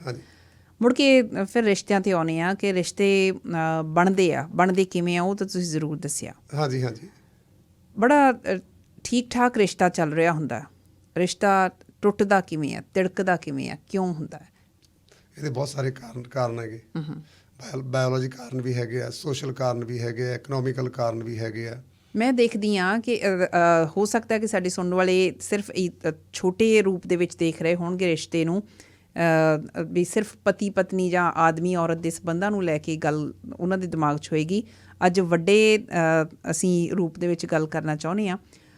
ਬਹੁਤ ਸਾਰੀਆਂ ਮਾਵਾਂ ਨੇ ਜਿਹੜੀਆਂ ਇਹ ਗੱਲ ਮਹਿਸੂਸ ਕਰਦੀਆਂ ਨੇ ਕਿ ਵੀ ਵਿਆਹ ਤੋਂ ਬਾਅਦ ਪੁੱਤ ਨਾਲ ਸਾਡਾ ਉਹੋ ਜਿਹਾ ਰਿਸ਼ਤਾ ਨਹੀਂ ਰਿਹਾ ਜਿਹੜਾ ਪਹਿਲਾਂ ਹੁੰਦਾ ਸੀ। ਬਹੁਤ ਵਾਰੀ ਇਹ ਹੁੰਦਾ ਹੈ ਕਿ ਜਦੋਂ ਬੱਚੇ ਪੈਦਾ ਹੋ ਜਾਂਦੇ ਆ, ਪਤੀ ਮਹਿਸੂਸ ਕਰਨਾ ਸ਼ੁਰੂ ਕਰ ਦਿੰਦਾ ਕਿ ਵੀ ਹੁਣ ਪਤਨੀ ਨਾਲ ਉਹ ਰਿਸ਼ਤਾ ਨਹੀਂ ਰਿਹਾ ਜਿਹੜਾ ਪਹਿਲਾਂ ਹੁੰਦਾ ਸੀ। ਜਿੱਦਾਂ ਜਿੱਦਾਂ ਏਜ ਵੱਧਦੀ ਜਾਂਦੀ ਹੈ, ਜਿਵੇਂ ਜਿਵੇਂ ਬਜ਼ੁਰਗ ਹੁੰਦੇ ਜਾਂਦੇ ਆ, ਉਹਨਾਂ ਨੂੰ ਇਹ ਲੱਗਣਾ ਸ਼ੁਰੂ ਹੋ ਗਿਆ ਕਿ ਨਹੀਂ, ਹੁਣ ਬੱਚਿਆਂ ਦੇ ਨਾਲ ਸਾਡਾ ਰਿਸ਼ਤਾ ਉਹੋ ਜਿਹਾ ਨਹੀਂ ਰਿਹਾ। ਬੇਸ਼ੱਕ ਰਿਸ਼ਤੇ ਦਾ ਨਾਂ ਉਹੀ ਆ, ਪਰ ਉਹਦਾ ਰੂਪ ਬਦਲ ਗਿਆ ਅਤੇ ਉਹ ਅਨਕੰਫਰਟੇਬਲ ਮਹਿਸੂਸ ਕਰਨਾ ਸ਼ੁਰੂ ਕਰ ਦਿੰਦੇ ਆ। ਉਹੀ ਰਿਸ਼ਤੇ ਉਹਨਾਂ ਨੂੰ ਤੰਗ ਕਰਨਾ ਸ਼ੁਰੂ ਕਰ ਦਿੰਦੇ ਆ। ਬਹੁਤ ਵਾਰੀ ਇਸੇ ਦੌਰਾਨ ਉਹ ਰਿਸ਼ਤੇ ਤਿੜਕ ਜਾਂਦੇ ਆ, ਕਈ ਬਿਲਕੁਲ ਟੁੱਟ ਜਾਂਦੇ ਆ, ਅਲੱਗ ਥਲੱਗ ਹੋ ਜਾਂਦੇ ਆ। ਕੀ ਕਹੋਗੇ ਉਹਦੇ ਬਾਰੇ? ਇਹ ਬੜੀ ਸਿੰਪਲ ਜੀ ਗੱਲ ਹੈਗੀ। ਆਪਾਂ ਇੱਕ ਛੋਟਾ ਜਿਹਾ ਡੌਗ ਲੈ ਕੇ ਆਉਂਦੇ ਹਾਂ। ਤੁਹਾਨੂੰ ਉਹਦਾ ਪਤਾ ਵੀ ਇੰਨੇ ਸਮੇਂ 'ਚ ਐਡਾ ਹੋ ਸਕਦਾ, ਉਹ ਵੈਰਾਇਟੀ ਆ ਉਹਦੀ। ਜਦੋਂ ਛੋਟਾ ਹੁੰਦਾ ਉਹ, ਉਦੋਂ ਤੁਸੀਂ ਉਹਨੂੰ ਕਿਵੇਂ ਡੀਲ ਕਰਦੇ ਹੋ? ਜਦੋਂ ਉਹ ਵੱਡਾ ਹੋ ਜਾਂਦਾ ਹੈਗਾ, ਫਿਰ ਉਹਦੀ ਡੀਲਿੰਗ ਉਹਦੇ ਨਾਲ ਕਿਵੇਂ ਹੋ ਜਾਂਦੀ ਹੈ? ਮੈਂ ਸਿੰਪਲ ਦੂਜੇ ਉੱਥੇ ਦਾ ਰਿਸ਼ਤਾ ਨਹੀਂ ਹੈਗਾ ਆਪਣਾ, ਉਹ ਡੌਗ ਨਾਲ ਮਨੁੱਖ ਦਾ ਰਿਸ਼ਤਾ ਤਾਂ ਨਹੀਂ ਹੁੰਦਾ ਕੋਈ। ਉਹ ਤਾਂ ਭਾਵਨਾਤਮਕ ਤੌਰ 'ਤੇ ਮਤਲਬ ਜਿਵੇਂ ਉਹ ਆਪਾਂ ਨੂੰ ਪਤਾ ਹੈ ਵੀ ਉਹ ਲਗਾਤਾਰ ਜਦੋਂ ਅਸੀਂ ਦਿੰਦੇ ਰਹਾਂਗੇ ਕੁਛ ਨਾ ਕੁਛ, ਉਹ ਜਾਂ ਆਪਣਾ ਮਾਸਟਰ ਸੈੱਟ ਕਰ ਲੈਂਦੇ ਵੀ ਆਹ ਹੈਗਾ ਜਿਹੜਾ ਮੇਰਾ ਮਾਸਟਰ ਹੈ, ਉਹਦੇ ਦੁਆਲੇ ਹੀ ਘੁੰਮਣੇ ਨੇ ਜ਼ਿਆਦਾ। ਅਤੇ ਕਈ ਵਾਰੀ ਉਹ ਭਾਸ਼ਾ ਤਾਂ ਸਿੱਖਦੇ ਨਹੀਂ, ਉਹਦੇ ਸੰਕੇਤ ਲੈਂਗੁਏਜ ਲੈਂਦੇ ਆ ਇਹ ਸਾਰੀ ਜਿਹੜੀ, ਚਾਹੇ ਉਹ ਬੋਲੀ ਚਾਹੇ ਹੁਣ ਉਹਨਾਂ ਨੂੰ ਅਸੀਂ ਛੋਟੇ ਕੁੱਤਿਆਂ ਨੂੰ ਬਾਰ-ਬਾਰ ਆਪਣੇ ਦੁਆਲੇ ਜ਼ਿਆਦਾ ਘੁਮਾਉਂਦੇ ਹਾਂ। ਜਦੋਂ ਵੱਡਾ ਹੋ ਜਾਂਦਾ ਹੈਗਾ ਅਤੇ ਫਿਰ ਅਸੀਂ ਕਹਿੰਦੇ ਵੀ ਬਾਹਰ ਹੀ ਬੈਠਾ ਰਹੇ। ਸਾਡੇ ਜਿਹੜੇ ਮਨੁੱਖੀ ਰਿਸ਼ਤੇ ਲਗਭਗ ਇਸ ਤਰ੍ਹਾਂ ਹੀ ਚੱਲਦੇ ਹੁੰਦੇ ਆ। ਜਦੋਂ ਤਾਂ ਬੱਚੇ ਛੋਟੇ ਹੁੰਦੇ ਆ ਤਾਂ ਉਦੋਂ ਤਾਂ ਉਹਨਾਂ ਦੇ ਬਹੁਤ ਨੇੜਤਾ ਦਾ ਅਹਿਸਾਸ ਸਾਨੂੰ ਹੁੰਦਾ ਉਹਦੇ ਨਾਲ, ਕਿਉਂਕਿ ਬੁੱਕਲ ਜਬਾਰਾ ਬਹਾ ਲਿਆ, ਉਹ ਕਰ ਲਿਆ, ਮਤਲਬ ਹਵਾ ਮਤਲਬ ਜਿਵੇਂ ਦਿੰਦੇ ਆ। ਪਰ ਜਿਉਂ-ਜਿਉਂ ਉਹ ਵੱਡੇ ਹੋਈ ਜਾਂਦੇ ਆ ਅਤੇ ਉਹਨਾਂ ਦਾ ਵਿਚਾਰਾਂ ਦੀ ਗਰੋਥ ਹੋਣੀ ਸ਼ੁਰੂ ਹੋ ਜਾਂਦੀ ਹੈ। ਵਿਚਾਰ ਧਾਰ 'ਤੇ ਫਿਰ ਮਤਲਬ ਪਹਿਲਾਂ ਤਾਂ ਉਹ ਸਬਮਿਟ ਕਰਦੇ ਹੈਗੇ, ਉਹਨਾਂ ਦੇ ਆਪਣੇ ਵਿਚਾਰ ਨਹੀਂ ਹੁੰਦੇ ਹੈਗੇ, ਉਹ ਸਾਡੇ ਤੋਂ ਵਿਚਾਰ ਲੈ ਰਹੇ ਹੁੰਦੇ ਹੈਗੇ ਸਿੱਖਣ ਵਾਸਤੇ, ਕੰਡੀਸ਼ਨਿੰਗ ਲੈ ਰਹੇ ਹੁੰਦੇ ਹੈਗੇ। ਪਰ ਜਦੋਂ ਵੱਡੇ ਹੋ ਜਾਂਦੇ ਆ ਉਹ, ਤਾਂ ਉੱਥੇ ਜਾ ਕੇ ਨੈਚੁਰਲੀ ਉਹ ਸਮਾਜ ਦਾ ਇੱਕ ਬਾਹਰਲਾ ਹਿੱਸੇ 'ਚ ਵਿਚਰਦੇ ਜਾ ਕੇ, ਚਾਹੇ ਉਹ ਸਕੂਲ ਹੈਗਾ, ਚਾਹੇ ਸੁਸਾਇਟੀ ਹੈ, ਚਾਹੇ ਵਰਕ ਪਲੇਸ ਹੈਗਾ। ਅਤੇ ਨੈਚੁਰਲੀ ਵਰਕ ਪਲੇਸ ਜਿਹੜਾ ਹੈਗਾ ਉਹ ਵੀ ਇੱਕ ਟ੍ਰੇਨਿੰਗ ਪਲੇਸ ਹੀ ਹੁੰਦੇ ਹੈਗੇ, ਜਿੱਥੇ ਉਹ ਮਤਲਬ ਸੁਸਾਇਟੀ ਦੀ ਇੱਕ ਟ੍ਰੇਨਿੰਗ ਲੈ ਰਹੇ ਹੁੰਦੇ ਨੇ ਸਾਰੀ। ਜਦੋਂ ਉਹ ਟ੍ਰੇਨਿੰਗ ਉਸ ਤਰ੍ਹਾਂ ਦੀ ਲੈਂਦੇ ਆ, ਤਾਂ ਕੀ ਉਹਨਾਂ ਦੇ ਮਾਂ ਪਿਓ ਨੂੰ ਪਹਿਲਾਂ ਵਰਗੇ ਰਿਸ਼ਤੇ ਰਹਿ ਸਕਦੇ ਆ? ਪੋਸੀਬਲ ਨਹੀਂ ਹੈਗਾ। ਮਾਂ ਪਿਓ ਨੂੰ ਐਕਸੈਪਟ ਕਰਨ ਨੂੰ ਤਿਆਰ ਨਹੀਂ ਹੈਗਾ ਇਹਨਾਂ ਗੱਲਾਂ ਨੂੰ। ਉਹ ਉਹੀ ਚੀਜ਼ ਦੇ ਦੇਖਦੇ ਆ ਵੀ ਮੈਂ ਇਹਨੂੰ ਨਿੱਕੇ ਅੰਦਰੋਂ ਐਂ ਪਾਲਿਆ, ਇਸ ਤਰ੍ਹਾਂ ਕੀਤਾ, ਜੇ ਕੀਤਾ, ਮਤਲਬ ਉਹ ਇਸ ਫੈਕਟ ਨੂੰ ਨਹੀਂ ਦੇਖ ਰਹੇ ਹੈਗੇ ਵੀ ਇਹ ਇੰਨੇ ਕੁ ਵਖਰੇਵੇਂ ਤਾਂ ਆਉਣੇ ਲਾਜ਼ਮੀ ਨੇਗੇ। ਹੁਣ ਜਿਹੜੀ ਤੁਸੀਂ ਇਹ ਗੱਲ ਕਰ ਰਹੇ ਆ, ਇਹ ਲੌਜਿਕ ਵਾਲੀ ਵੀ ਗੱਲ ਕਰ ਰਹੇ ਹੋ, ਨਾਲ ਨਾਲ ਰੈਸ਼ਨਲ ਹੋਣ ਦੀ ਗੱਲ ਕਰ ਰਹੇ ਹੋ। ਪਰ ਦੂਸਰੇ ਪਾਸੇ ਜਿਹੜੀਆਂ ਇਹ ਹੁਣ ਆਹ ਸਾਰੀਆਂ ਗੱਲਾਂ ਤੁਸੀਂ ਹੁਣੇ ਬਿਆਨ ਕਰਕੇ ਹਟੇ ਹੋ, ਜੇ ਉਹ ਰਿਸ਼ਤੇ ਸਾਨੂੰ ਤੰਗ ਕਰ ਰਹੇ ਆ ਜਾਂ ਸਾਨੂੰ ਸੁੱਖ ਦੇ ਰਹੇ ਆ, ਉਹਦੇ ਵਿੱਚ ਜ਼ਿਆਦਾ ਰੋਲ ਤਾਂ ਮੈਨੂੰ ਇਮੋਸ਼ਨ ਦਾ ਲੱਗ ਰਿਹਾ ਕਿ ਵੀ ਉਹ ਭਾਵਨਾਤਮਕ ਤੌਰ 'ਤੇ ਹੀ ਅਸੀਂ ਜੁੜੇ ਹੋਏ ਹਾਂ ਅਤੇ ਉਹੀ ਬੇਸ ਹੀ ਸਾਡਾ ਉਹ ਆ। ਨਵਜੋਤ, ਰਿਸ਼ਤਾ ਜਿਹੜਾ ਹੈਗਾ, ਪਹਿਲੇ ਤੁਸੀਂ ਮੈਨੂੰ ਵੀ ਤਾਂ ਕਿਉਂ ਬਣਦਾ ਹੈਗਾ? ਰਿਸ਼ਤੇ 'ਚ ਅਸੀਂ ਸੁੱਖ ਦਾ ਅਹਿਸਾਸ ਕਰਦੇ ਹਾਂ ਵੀ ਰਿਸ਼ਤੇ ਦੇ ਨਾਲ, ਕਿਉਂਕਿ ਸਕੂਨ ਮਿਲਦਾ ਸਾਨੂੰ। ਕੋਈ ਵੀ ਰਿਸ਼ਤੇ ਸਕੂਨ ਤਾਂ ਮਿਲਣਾ ਹੈਗਾ, ਜਿੰਨਾ ਚਿਰ ਤਾਂ ਉਹਦੀ ਤੁਹਾਡੀ ਇੱਛਾ ਮੁਤਾਬਕ, ਜਿੰਨਾ ਕੁ ਤੁਸੀਂ ਉਹਨੂੰ ਆਪਣੇ ਮਨ 'ਚ ਬਣਾਇਆ ਵੀ ਇੰਨਾ ਕੁ ਸੁੱਖ ਮਿਲੇ, ਉਹਨਾਂ ਮਿਲਦਾ ਰਹਿੰਦਾ। ਫਿਰ ਤਾਂ ਤੁਹਾਨੂੰ ਲੱਗਦਾ ਬਹੁਤ ਵਧੀਆ ਰਿਸ਼ਤਾ ਹੈਗਾ। ਜਦੋਂ ਥੋੜ੍ਹਾ ਜਿਹਾ ਸੁੱਖ 'ਚ ਕਮੀ ਹੋਣ ਲੱਗ ਜਾਂਦੀ ਹੈ, ਉੱਥੇ ਆ ਕੇ ਤਕਲੀਫ ਹੋਣੀ ਸ਼ੁਰੂ ਹੋ ਜਾਂਦੀ ਹੈ ਵੀ ਨਹੀਂ, ਅੱਗੇ ਵਾਲੀ ਗੱਲ ਤਾਂ ਨਹੀਂ ਰਹੀ ਹੁਣ। ਤੁਸੀਂ ਇਹ ਤਾਂ ਸੋਚਦੇ ਨਹੀਂ ਵੀ ਹਰ ਮਨੁੱਖ ਚੇਂਜ ਦੇ ਦੌਰ 'ਚੋਂ ਗੁਜ਼ਰ ਰਿਹਾ ਹੁੰਦਾ, ਉਹਦੀਆਂ ਇਮੋਸ਼ਨ ਸੈਟਅਪ ਵੀ ਡਿਫਰੈਂਟ ਹੋਣ ਲੱਗ ਜਾਂਦਾ ਹੈਗਾ, ਉਹਦਾ ਲੌਜਿਕ ਲੈਵਲ ਵੀ ਅਪ ਹੋਣ ਲੱਗ ਜਾਂਦਾ ਹੈਗਾ, ਅਤੇ ਉਹਦੀਆਂ ਮਤਲਬ ਮਜਬੂਰੀਆਂ ਵੀ ਵੱਖਰੀਆਂ ਹੋ ਜਾਂਦੀਆਂ ਨੇਗੀਆਂ। ਜਿਵੇਂ ਆਪਾਂ ਕਹੀ ਵੀ ਇੱਕ 35 ਸਾਲ ਦਾ ਜਾਂ 40 ਸਾਲ ਦਾ ਮੁੰਡਾ ਜਾਂ ਕੁੜੀ ਹੈਗੇ ਆ, ਉਹ ਅੱਗੇ ਬੱਚੇ ਪੈਦਾ ਹੋ ਗਏ ਉਹਨਾਂ ਦੇ, ਮਾਂ ਪਿਓ ਵੀ ਹੈਗੇ ਆ, ਅਤੇ ਆਪਾਂ ਸਿੰਪਲ ਰੂਪ 'ਚ ਆਪਾਂ ਬੈਠੀ ਸੋਚੀਏ ਇੱਥੇ ਜਾ ਕੇ ਵੀ ਉਹ ਜਿਹੜੇ ਮਿਡਲ 'ਚ ਬੈਠੇ ਹੈਗੇ ਮਾਂ ਪਿਓ, ਇੱਕ ਪਾਸੇ ਉਹਦੇ ਮਤਲਬ ਆਪਦੇ ਮਾਂ ਪਿਓ, ਇੱਕ ਪਾਸੇ ਆਪਦੇ ਬੱਚੇ ਆ, ਉਹਨਾਂ ਦੀ ਫਸਟ ਪ੍ਰਾਇਓਰਟੀ ਕੀ ਹੈ, ਕਿਹੜੀ ਹੈ? ਉਹਨਾਂ ਦੇ ਬੱਚੇ ਹੈ ਕਿ ਉਹਨਾਂ ਦੇ ਮਾਂ ਪਿਓ ਨੇਗੇ? ਮਾਂ ਪਿਓ ਦੀ ਫਸਟ ਪ੍ਰਾਇਓਰਟੀ ਕਿਹੜੀ ਰਹੀ ਹੈ? ਉਹ ਬੱਚੇ ਰਹੇ ਨੇ, ਉਹਨਾਂ ਦੇ ਵੀ ਗਾਂ ਬੱਚੇ ਨੈਚੁਰਲੀ ਮਤਲਬ ਉਹਨਾਂ ਦੀ ਫਸਟ ਪ੍ਰਾਇੋਰਟੀ ਆਪਣੇ ਬੱਚੇ ਹੈ। ਉਹਨਾਂ ਦੇ ਦਿਮਾਗ 'ਚ ਇਹ ਪਿਆ ਹੁੰਦਾ ਵੀ ਇਹ ਤਾਂ ਬਜ਼ੁਰਗ ਨੇਗੇ, ਇਹ ਤਾਂ ਹੁਣ ਸਾਰਾ ਕੁਝ ਜ਼ਿੰਦਗੀ ਦਾ ਹੰਢਾ ਚੁੱਕੇ ਹੈਗੇ ਆ, ਇਹਨਾਂ ਨੂੰ ਤਾਂ ਸਬਰ ਸੰਤੋਖ ਦਾ ਵੀ ਪਤਾ ਹੈਗਾ, ਤੇ ਆਪਣਾ ਉਹ ਵੀ ਇਹਨਾਂ ਨੂੰ ਤਾਂ ਅਜੇ ਗਰੋਥ ਦੀ ਲੋੜ ਹੈਗੀ ਹੈ, ਇਹਨਾਂ ਨੂੰ ਸਪੋਰਟ ਦੀ ਲੋੜ ਹੈ, ਇਹ ਅਜੇ ਡਿਪੈਂਡੈਂਟ ਹੈਗੇ ਆ। ਸੋ ਜਿਹੜਾ ਇਹ ਝੂਰਨ ਲੱਗ ਜਾਂਦੇ ਆ ਸਾਡੇ ਬਜ਼ੁਰਗ, ਜਾਂ ਜਦੋਂ ਉਹਨਾਂ ਨੂੰ ਇਹ ਲੱਗਦਾ ਕਿ ਵੀ ਹੁਣ ਇਹ ਬੱਚੇ ਸਾਡੇ ਬੱਚੇ ਨਹੀਂ ਰਹੇ, ਇਹ ਆਪਣੇ ਬੱਚਿਆਂ ਦਾ ਜ਼ਿਆਦਾ ਖਿਆਲ ਰੱਖ ਰਹੇ ਹੈਗੇ ਆ, ਐਕਸਪੈਕਟੇਸ਼ਨਸ ਉਹਨਾਂ ਦੀਆਂ ਉਸ ਲੈਵਲ ਦੀਆਂ ਆ, ਮੈਨੂੰ ਲੱਗਦਾ ਉੱਥੇ ਜਾ ਕੇ ਫਿਰ ਉਹ ਜਿਹੜਾ ਬੈਲੈਂਸ ਆ ਉਹ ਵਿਗੜ ਜਾਂਦਾ। ਨਵਜੋਤ ਆਪਣੇ ਥੋੜ੍ਹਾ ਜਿਹਾ ਨਾ, ਜਦੋਂ ਇੱਧਰ ਨੂੰ ਜਾਣ ਦੀ ਬਜਾਏ, ਅੱਗੇ ਜਿਹਨੂੰ ਜਾਣ ਦੀ ਬਜਾਏ, ਪਿੱਛੇ ਨੂੰ ਸੋਚਣ ਜਾ ਕੇ ਵੀ ਜਦੋਂ ਸਾਡੇ ਬੱਚੇ ਸੀਗੇ ਅਸੀਂ ਕੀ ਕਰਦੇ ਰਹੇ, ਸਾਡੀ ਪ੍ਰਾਇੋਰਟੀ ਕੀ ਰਹੀ ਹੈ। ਜੇ ਉੱਥੋਂ ਮਤਲਬ ਆਪਣੇ ਅੰਕੜੇ ਕੱਢ ਕੇ ਐਨਾਲਿਸਿਸ ਕਰਕੇ ਕਿਸੇ ਡਿਸੀਜਨ 'ਤੇ ਪਹੁੰਚਣਗੇ ਤਾਂ ਉਹਨਾਂ ਨੂੰ ਆਪਦੇ ਪੁੱਤ 'ਚ ਜਿਹੜਾ ਉਹ ਘਟਦਾ ਪਿਆਰ ਨਹੀਂ ਦਿਖਣਾ ਹੈਗਾ, ਫਿਰ ਨਹੀਂ ਦਿਖਣਾ ਹੈਗਾ। ਇੱਕ ਵਾਰੀ ਫਿਰ ਮੁੜ ਕੇ ਮੈਂ ਸਾਡੇ ਸੁਣਨ ਵਾਲੇ ਨੂੰ ਦੱਸਣਾ ਚਾਹੁੰਦੀ ਹਾਂ ਕਿ ਅੱਜ ਰਿਸ਼ਤਿਆਂ ਦਾ ਮਨੋਵਿਗਿਆਨ ਸਮਝਣ ਦੀ ਕੋਸ਼ਿਸ਼ ਕਰ ਰਹੇ ਹਾਂ, ਅਤੇ ਹੁਣ ਇਸ ਹਿੱਸੇ ਤੋਂ ਬਾਅਦ ਜਿਹੜੀ ਸਾਡੀ ਗੱਲਬਾਤ ਸ਼ੁਰੂ ਹੋਏਗੀ ਉਹ ਡੋਮੈਸਟਿਕ ਵਾਇਲੈਂਸ ਦੇ ਸਿਲਸਿਲੇ ਦੇ ਵਿੱਚ ਖਾਸ ਕਰਕੇ ਅਸੀਂ ਜੋੜ ਕੇ ਗੱਲਬਾਤ ਕਰਾਂਗੇ। ਤੁਹਾਡਾ ਕੋਈ ਸਵਾਲ ਹੋਏਗਾ ਤਾਂ ਖਬਰਾਂ ਤੋਂ ਬਾਅਦ ਮੈਂ ਜ਼ਰੂਰ ਲੈ ਸਕਦੀ ਹਾਂ 6042040600 'ਤੇ 604-204-0600 'ਤੇ ਤੁਸੀਂ ਜ਼ਰੂਰ ਕਾਲ ਕਰਕੇ ਆਪਣਾ ਹਿੱਸਾ ਪਾ ਸਕਦੇ ਹੋ। ਕੋਈ ਸਵਾਲ ਹੈਗਾ ਉਹ ਵੀ ਜ਼ਰੂਰ ਪੁੱਛ ਸਕਦੇ ਹੋ। ਬਲਵਿੰਦਰ ਬਰਨਾਲਾ ਜੀ ਮੇਰੇ ਨਾਲ ਨੇ, ਜਿਨ੍ਹਾਂ ਬਾਰੇ ਮੈਂ ਇਹੀ ਗੱਲ ਦੁਬਾਰਾ ਤੁਹਾਨੂੰ ਵੀ ਦੱਸਣਾ ਚਾਹੁੰਦੀ ਹਾਂ ਕਿ ਇੰਟਰਸਟਿੰਗ ਗੱਲਬਾਤ ਇਹ ਹੈ ਕਿ ਇਹਨਾਂ ਨੇ ਆਪਣੀ ਜਿਹੜੀ ਸਾਈਕੋਲੋਜੀ ਪੜ੍ਹੀ ਹੋਈ ਹੈ, ਸਾਈਕੋਥੈਰੇਪਿਸਟ ਨੇ, ਦੂਸਰੇ ਪਾਸੇ ਇਹ ਰੈਸ਼ਨਲਿਸਟ ਵੀ ਨੇ, ਅਤੇ ਇਸੇ ਕਰਕੇ ਜਿਹੜੀਆਂ ਇਹਨਾਂ ਦੀਆਂ ਗੱਲਾਂ ਆ ਇਹ ਦੋਨਾਂ ਤਰੀਕੇ ਦੇ ਨਾਲ, ਦੋਹਾਂ ਐਂਗਲਸ ਤੋਂ ਆਪਾਂ ਸਮਝਣ ਦੀ ਕੋਸ਼ਿਸ਼ ਕਰ ਰਹੇ ਹਾਂ। ਬਰਨਾਲਾ ਜੀ ਹੁਣ ਆ ਜਾਂਦੇ ਹਾਂ ਡੋਮੈਸਟਿਕ ਵਾਇਲੈਂਸ 'ਤੇ।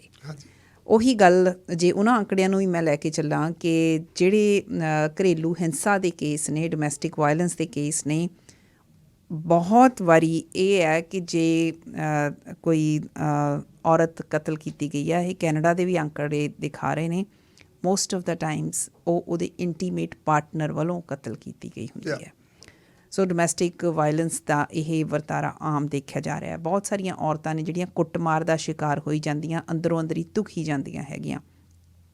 ਸਾਡੇ ਬਹੁਤ ਸਾਰੇ ਵੀਰ ਨੇ ਜਿਹੜੇ ਇਹ ਗੱਲ ਅਕਸਰ ਕਰਦੇ ਆ ਕਿ ਤੁਸੀਂ ਔਰਤਾਂ ਦੀ ਗੱਲ ਕਰਦੇ ਹੋ ਪਰ ਤੁਸੀਂ ਆਦਮੀਆਂ ਦੀ ਗੱਲ ਨਹੀਂ ਕਰਦੇ, ਪਰ ਜਿਸ ਤਰ੍ਹਾਂ ਦੇ ਅੰਕੜੇ ਆ ਰਹੇ ਆ ਉਹਦੇ ਹਿਸਾਬ ਦੇ ਨਾਲ, ਉਹਦੇ ਬੇਸਿਸ 'ਤੇ ਹੀ ਮੈਂ ਅੱਜ ਇਹ ਗੱਲ ਇਹਨਾਂ ਦੇ ਨਾਲ ਛੇੜਨ ਲੱਗੀ ਹਾਂ।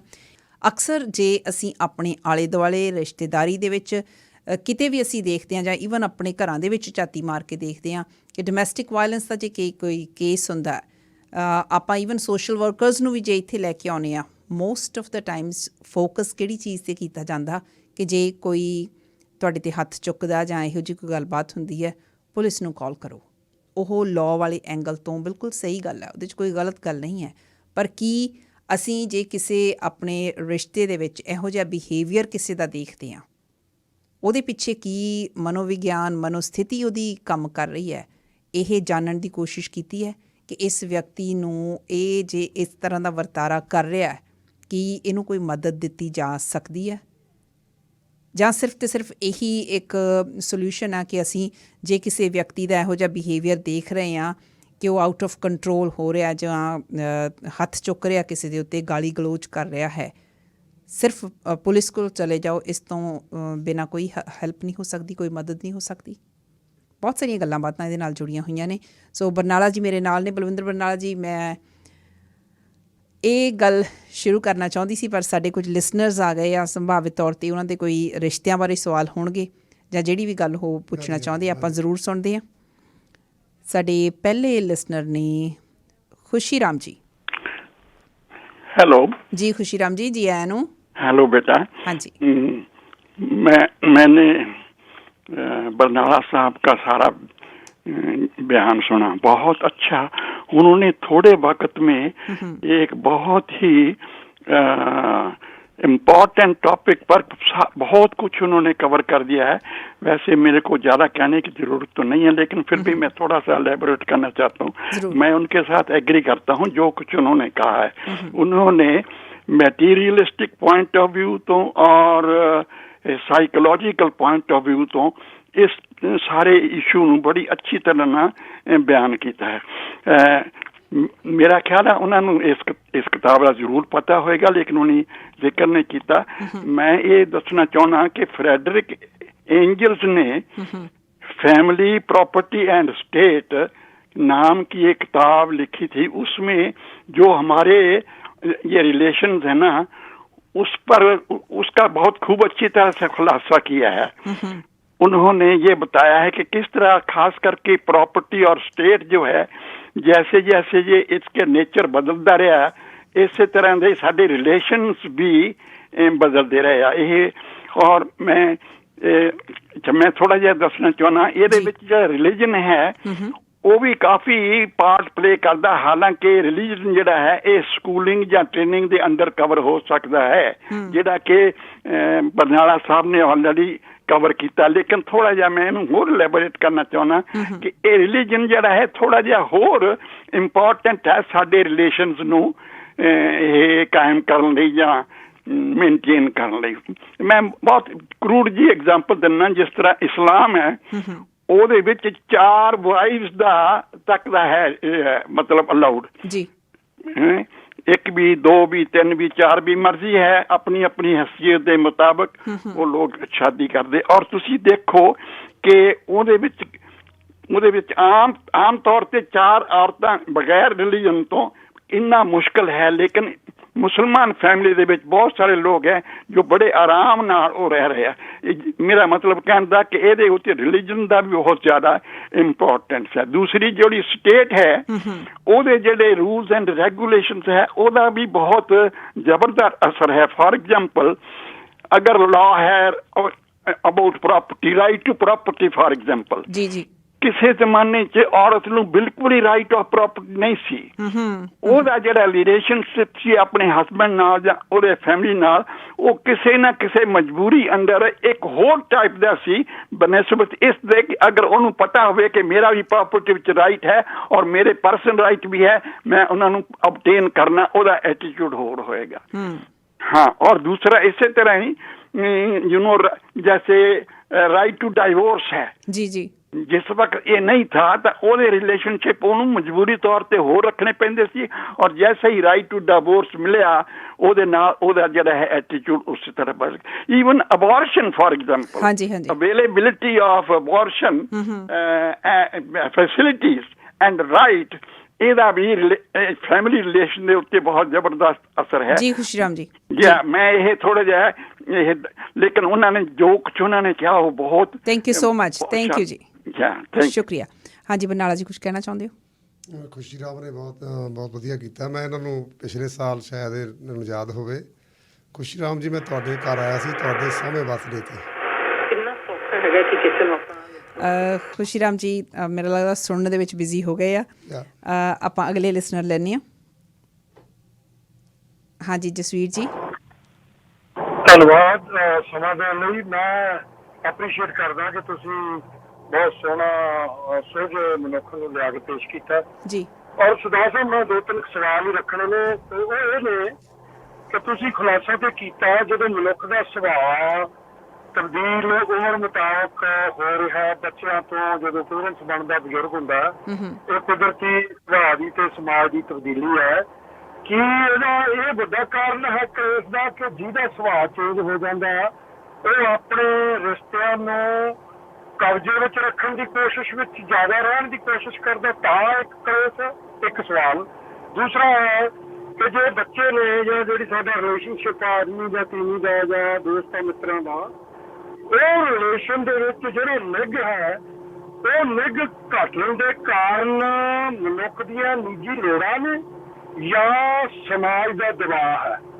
ਔਰ ਇੱਕ ਨਾਲ ਦਾ ਹੋਰ ਸਵਾਲ ਛੋਟਾ ਜਿਹਾ, ਵੀ ਜਿਹੜੇ ਰਿਸ਼ਤੇ ਨੇ ਜੇ ਅਸੀਂ ਨਿਭਾ ਨਹੀਂ ਸਕਦੇ, ਫਿਰ ਉਹਦੇ ਵਿੱਚ ਜਿਹੜੀ ਜਲੀਲਪੁਣਾ ਜਾਂ ਲੜਾਈ ਝਗੜਾ ਹੈ, ਉਹਦੇ ਪਿਛੋਕੜ ਦੇ ਵਿੱਚ ਕਿਹੜੀ ਧਾਰਨਾ ਕੰਮ ਕਰਦੀ ਹੈ ਜਿੱਥੇ ਮਨੁੱਖ ਨੂੰ ਬਚਣ ਦੀ ਲੋੜ ਹੈ? ਧੰਨਵਾਦ ਤੁਹਾਡੇ ਸਮੇਂ ਲਈ। ਹਾਂਜੀ ਬਰਨਾਲਾ ਜੀ। ਹਾਂਜੀ, ਤੁਸੀਂ ਬਹੁਤ ਵਧੀਆ ਸਵਾਲ ਕੀਤੇ ਆ ਜਿਹੜੇ ਕੀਤੇ ਹੈਗੇ। ਵੀ ਪਹਿਲਾ ਤੁਹਾਡਾ ਸਵਾਲ ਸੀਗਾ ਇਹਦੇ ਨਾਲ ਕਬਜ਼ੇ ਦੀ ਭਾਵਨਾ। ਦੇਖੋ, ਨੈਚੁਰਲੀ ਅਸੀਂ ਜਿਸ ਤਰ੍ਹਾਂ ਦੀ ਸੁਸਾਇਟੀ 'ਚ ਵਿਚਰਦੇ ਹਾਂ, ਸੁਸਾਇਟੀ ਤੋਂ ਬਿਨਾਂ ਵੀ ਮਨੁੱਖ ਦਾ ਜੇ ਪਿਛਲਾ ਇਤਿਹਾਸ ਦੇਖੀਏ, ਉਹਦੇ 'ਚ ਹਮੇਸ਼ਾ ਹੀ ਕਬਜ਼ੇ ਦੀ ਭਾਵਨਾ ਰਹੀ ਹੈ। ਕਿਉਂਕਿ ਕਲਚਰ ਬੌਂਡ ਵੀ ਹੈਗੇ। ਜੇ ਹੁਣ ਕਈ ਵਾਰ ਤਾਂ ਮਤਲਬ ਜਦੋਂ ਅਸੀਂ ਰਿਲੇਸ਼ਨ ਬਣਾਉਂਦੇ ਹਾਂ, ਉਹਦੇ 'ਚ ਵੀ ਕਈ ਵਾਰੀ ਕਬਜ਼ੇ ਦੀ ਭਾਵਨਾ ਹੀ ਕੰਮ ਕਰ ਰਹੀ ਹੁੰਦੀ ਹੈਗੀ ਆ।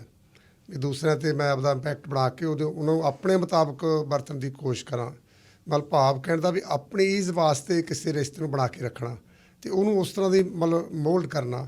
ਹੁਣ ਜਿਵੇਂ ਆਪਾਂ ਕਹੀਏ ਵੀ ਕਈ ਵਾਰ ਘਰ ਦਾ ਮੁਖੀ ਜਿਹੜਾ ਹੈਗਾ ਉਹ ਹਮੇਸ਼ਾ ਹੀ ਜਿਹਨੂੰ ਅਸੀਂ ਰੋਹਬ ਮਾਰਨਾ ਕਹਿੰਦੇ ਹੈਗੇ ਵੀ ਉਹ ਪਰਿਵਾਰ ਦੇ ਮੈਂਬਰਾਂ 'ਤੇ ਰੋਹਬ ਮਾਰਦਾ ਅਤੇ ਆਪਣੀ ਮਤਲਬ ਚਲਾਉਣ ਦੀ ਕੋਸ਼ਿਸ਼ ਕਰਦਾ ਅਤੇ ਪਰਿਵਾਰ ਦੇ ਜਿਹੜਾ ਰਿਸ਼ਤਾ ਹੁੰਦਾ ਹੈ ਜਿਹੜੇ ਦੂਸਰੇ ਦੇ ਚਾਹੇ ਉਹਦੀ ਘਰਵਾਲੀ ਹੈ ਜਾਂ ਬੱਚੇ ਹੈਗੇ ਆ ਉਹਨਾਂ ਦੀ ਮਜਬੂਰੀ ਹੁੰਦੀ ਆ ਉਹਦੇ ਮੁਤਾਬਕ ਚੱਲਣਾ। ਬਿਲਕੁਲ ਬਿਲਕੁਲ ਆਮ ਆਪਾਂ ਬੱਚਿਆਂ ਨੂੰ ਦੇਖਦੇ ਹਾਂ ਕਿ ਵੀ ਉਹ ਬੱਚਿਆਂ ਦੇ ਮਨ ਦੇ ਵਿੱਚ ਆਪਾਂ ਆਪ ਵੀ ਆਪਣੇ ਆਪ ਨੂੰ ਪਿੱਛੇ ਲਿਜਾ ਕੇ ਦੇਖਦੇ ਹਾਂ ਅਤੇ ਛੋਟੇ ਹੁੰਦੇ ਆਪਾਂ ਵੀ ਐਂ ਹੀ ਕਰਦੇ ਹੁੰਦੇ ਸੀ ਕਿ ਜੇ ਕਿਤੇ ਇੰਡੀਪੈਂਡੈਂਟ ਹੋ ਜਾਈਏ ਤਾਂ ਇਹ ਜਿਹੜੀ ਜਿਸ ਤਰ੍ਹਾਂ ਪੇਰੈਂਟਸ ਦਬਾ ਰਹੇ ਆ ਤਾਂ ਉਹਨੂੰ ਛੱਡਿਆ ਜਾ ਸਕਦਾ, ਉਸ ਵਿੱਚੋਂ ਨਿਕਲਿਆ ਜਾ ਸਕਦਾ। ਉਸ ਵੇਲੇ ਮਜਬੂਰੀ ਦੇ ਵਿੱਚ ਹੀ ਰਹਿ ਰਹੇ ਹੁੰਦੇ ਆ। ਦੇਖੋ ਉਹਦੇ 'ਚ ਨਵਜੋਤ ਜੀ ਉਹਦੇ ਵਿੱਚ ਮਜਬੂਰੀ ਹੈ। ਮੰਨ ਲਓ ਔਰਤ ਹੈਗੀ ਖਾਸ ਤੌਰ ਜਿਸ ਤਰ੍ਹਾਂ ਦੀ ਸੁਸਾਇਟੀ 'ਚੋਂ ਅਸੀਂ ਗਰੋ ਕੀਤੇ ਹੈਗੇ ਹੁਣ ਔਰਤ ਜੇ ਫਾਈਨੈਂਸ਼ੀਅਲ ਤੌਰ 'ਤੇ ਉਹਦੇ ਕੋਲ ਕੁਛ ਨਹੀਂ ਹੈਗਾ ਜਾਂ ਉਹ ਸਮਰੱਥਾ ਨਹੀਂ ਰੱਖਦੀ ਉਸ ਤਰ੍ਹਾਂ ਦੀ, ਕਈ ਵਾਰ ਰੱਖਦੇ ਆ ਵੀ ਉਹ ਇੱਕ ਉਹ ਰਿਸ਼ਤੇ ਨੂੰ ਬਣਾ ਕੇ ਰੱਖਣ ਲਈ ਮਜਬੂਰ ਹੁੰਦੀ ਹੈਗੀ ਵੀ ਜੇ ਮੈਂ ਟੁੱਟ ਜਾਂਦਾ ਰਿਸ਼ਤਾ ਤਾਂ ਮੇਰੇ ਬੱਚਿਆਂ ਦਾ ਕੀ ਬਣੂਗਾ ਜੀ ਅਤੇ ਮੇਰਾ ਕੀ ਬਣੂਗਾ, ਘਰ ਵੀ ਖਿੰਡ ਜੂ ਸਾਡਾ। ਅਤੇ ਕਈ ਵਾਰ ਉਹਦੇ ਅਧੀਨ ਰਹਿ ਕੇ ਬਹੁਤ ਕੁਛ ਮਤਲਬ ਜਿਹੜਾ ਉਹ ਉਹਨਾਂ ਨੂੰ ਉਹ ਰਿਸ਼ਤੇ ਨੂੰ ਬਣਾ ਕੇ ਰੱਖਣ ਲਈ ਚੱਲਣਾ ਪੈਂਦਾ ਹੈਗਾ।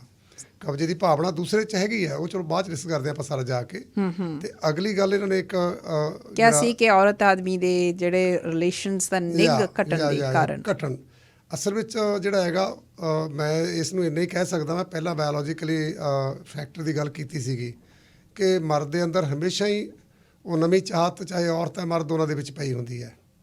ਔਰਤ ਤੇ ਸਮਾਜ ਦਾ ਸਕੰਜਾ ਜ਼ਿਆਦਾ ਹੈਗਾ ਅਤੇ ਜਿਹਦੇ ਕਰਕੇ ਉਹ ਉਨੀ ਫਰੀ ਨਹੀਂ ਹੈਗੀ ਸਮਾਜ 'ਚੋਂ ਮੈਂ ਜਾ ਕੇ ਅਡਲਟਰੀ ਨਹੀਂ ਕਰ ਸਕਦੀ ਹੈਗੀ ਜਿੰਨੀ ਅਡਲਟਰੀ ਭਾਵ ਮਰਦ ਕਰ ਲੈਂਦਾ ਜਾ ਕੇ, ਕਿਉਂਕਿ ਉਹਨੂੰ ਮਤਲਬ ਕੁਛ ਸੁਸਾਇਟੀ ਵੀ ਰਿਲੈਕਸ ਕਰਦੀ ਹੈ ਵੀ ਉਹ ਤਾਂ ਕੋਈ ਖਾਸ ਗੱਲ ਨਹੀਂ ਹੈਗੀ ਪਰ ਔਰਤ ਲਈ ਉਹ ਖਾਸ ਗੱਲ ਬਣਾਤੀ ਜਾਂਦੀ ਹੈਗੀ ਹੈ।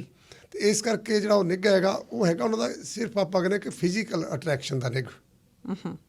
ਪਰ ਰਿਸ਼ਤੇ ਨੂੰ ਜਦੋਂ ਅਸੀਂ ਮਤਲਬ ਦੂਸਰਾ ਅਸੀਂ ਇੱਕ ਜ਼ਿੰਮੇਵਾਰੀ ਨਾਲ ਜੋੜਦੇ ਹਾਂ ਜਾ ਕੇ ਰਿਸਪੋਂਸੀਬਿਲਿਟੀ ਨਾਲ ਜੋੜਦੇ ਜਾ ਕੇ ਤਾਂ ਉੱਥੇ ਉਹਦਾ ਨਿੱਘ ਨਾਲੋਂ ਵੱਧ ਰਿਸਪੋਂਸੀਬਿਲਿਟੀ ਭਾਰੂ ਹੁੰਦੀ ਹੈ ਹਮੇਸ਼ਾ। ਜਿੱਥੇ ਰਿਸਪੋਂਸੀਬਿਲਿਟੀ ਦਾ ਅਹਿਸਾਸ ਜ਼ਿਆਦਾ ਹੈਗਾ ਉਹ ਰਿਸ਼ਤੇ ਨੇ ਹਮੇਸ਼ਾ ਹੀ ਜ਼ਿਆਦਾ ਚੱਲਣਾ ਹੈਗਾ ਅਤੇ ਜਿੱਥੇ ਮਤਲਬ ਉਹ ਇਕੱਲਾ ਫਿਜ਼ੀਕਲ ਰਿਲੇਸ਼ਨ ਤੱਕ ਸੀਮਤ ਹੋ ਜਾਂਦਾ ਨਿੱਘ ਵਾਲੀ ਗੱਲ ਤੋਂ ਜਿਵੇਂ ਸੋ ਲੋੜਾਂ ਅਤੇ ਰਿਸਪੋਂਸੀਬਿਲਿਟੀ ਜਦੋਂ ਭਾਰੀ ਹੋ ਜਾਂਦੀ ਹੈ। ਬਿਲਕੁਲ ਬਿਲਕੁਲ ਹੈ ਨਾ, ਬਿਲਕੁਲ ਇਹੀ ਗੱਲ ਹੈ। ਇੱਕ ਤੀਸਰੀ ਗੱਲ ਹੋਰ ਤੀਜੀ ਇਹਨਾਂ ਨੇ ਪੁੱਛਿਆ ਸੀ ਕਿ ਕਹਿੰਦੇ ਕਿ ਜਿਹੜੇ ਰਿਸ਼ਤੇ ਅਸੀਂ ਸਾਨੂੰ ਬੇਲੋੜੇ ਲੱਗਦੇ ਆ ਉਹਨਾਂ ਨੂੰ ਤੋੜਨ ਦੇ ਵਿੱਚ ਸਾਨੂੰ ਸਮੱਸਿਆ ਕਿਉਂ ਆਉਂਦੀ ਆ? ਨਹੀਂ ਦੇਖੋ ਇੱਕ ਗੱਲ ਤਾਂ ਬੜੀ ਹੈ ਮਤਲਬ ਮੈਂ ਹੈਰੀਸਨ ਜਿਹੜੇ ਕਾਫੀ ਵੱਡੇ ਸੰਸਾਰ ਦੇ ਮਨੋਵਿਗਿਆਨੀ ਹੋਏ ਹੈ ਉਹਨੇ ਮਤਲਬ ਕਿਹਾ ਇੱਕ 4 ਸਟੇਟਮੈਂਟਾਂ ਆਉਂਦੀਆਂ ਉਹਨਾਂ ਦੀਆਂ ਸਮਝਣ ਦੀ ਜ਼ਰੂਰਤ ਹੈ ਬਹੁਤ ਵੱਡਾ ਉਹਦੇ ਵਿੱਚ ਡੀਪਲੀ ਅਸੀਂ ਜਾ ਸਕਦੇ ਹਾਂ ਵੀ ਸਮਝ ਕੀ ਹੈ। ਉਹ ਕਹਿੰਦਾ ਵੀ ਮੈਂ 4 ਸਟੇਟਮੈਂਟਾਂ ਦੇ ਰਿਹਾ ਅਤੇ 4 ਦੇ ਵਿੱਚੋਂ ਇੱਕ ਰਾਈਟ ਹੈ ਅਤੇ 3 ਰੌਂਗ ਨੇਗੀਆਂ ਸਿੱਖ ਪਰਸਨ ਦੀਆਂ ਨੇਗੀਆਂ। ਪਹਿਲੀ ਸਟੇਟਮੈਂਟ ਉਹ ਕਹਿ ਰਿਹਾ I am wrong you are right. ਦੂਜੀ state I am right you are wrong. ਤੀਸਰੀ ਸਟੇਟਮੈਂਟ ਕਹਿੰਦਾ I am wrong and you are also wrong. ਅੱਛਾ ਅਤੇ ਚੌਥੀ ਸਟੇਟਮੈਂਟ ਉਹ ਕਹਿ ਰਿਹਾ ਵੀ ਆਮ ਰਾਈਟ ਅਤੇ ਤੁਸੀਂ ਵੀ ਨਹੀਂ ਗਲਤ ਹੋ ਸਕਦੇ ਇੰਨਾ। ਅੱਛਾ ਮਤਲਬ ਉਹਨਾਂ ਦੇ ਵਿੱਚੋਂ ਤੁਸੀਂ ਕਿਹੜੀ ਸਟੇਟਮੈਂਟ ਨੂੰ ਪ੍ਰੈਫਰ ਕਰਦੇ ਹੈਗੇ ਹੋ?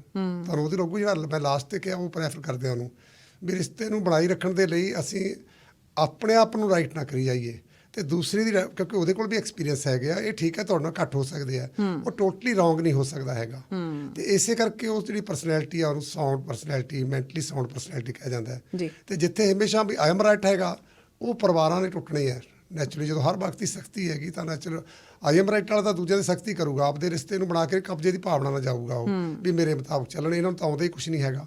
ਜਿੱਥੇ ਰਿਸ਼ਤੇ ਦੇ 'ਚ ਆ ਗਿਆ ਵੀ ਇਹਨਾਂ ਨੂੰ ਕੁਛ ਨਹੀਂ ਆਉਂਦਾ ਹੈਗਾ ਅਤੇ ਮੈਨੂੰ ਸਭ ਕੁਛ ਆਉਂਦਾ ਹੈਗਾ ਉੱਥੇ ਪਰ ਦੂਜਿਆਂ ਦੇ ਰਾਈਟ ਵੀ ਜਾਂਦੇ ਨਾਲ ਰਾਈਟ ਆਫ ਸਪੀਚ ਵੀ ਚਲਿਆ ਗਿਆ ਰਾਈਟ ਆਫ ਮੂਵਮੈਂਟ ਵੀ ਚਲਿਆ ਗਿਆ ਅਤੇ ਇਹ ਵੀ ਪੋਸੀਬਿਲਿਟੀ ਹੈ ਰਾਈਟ ਆਫ ਪ੍ਰੋਪਰਟੀ ਵੀ ਜਾ ਸਕਦਾ। ਹਾਂ ਠੀਕ ਹੈ।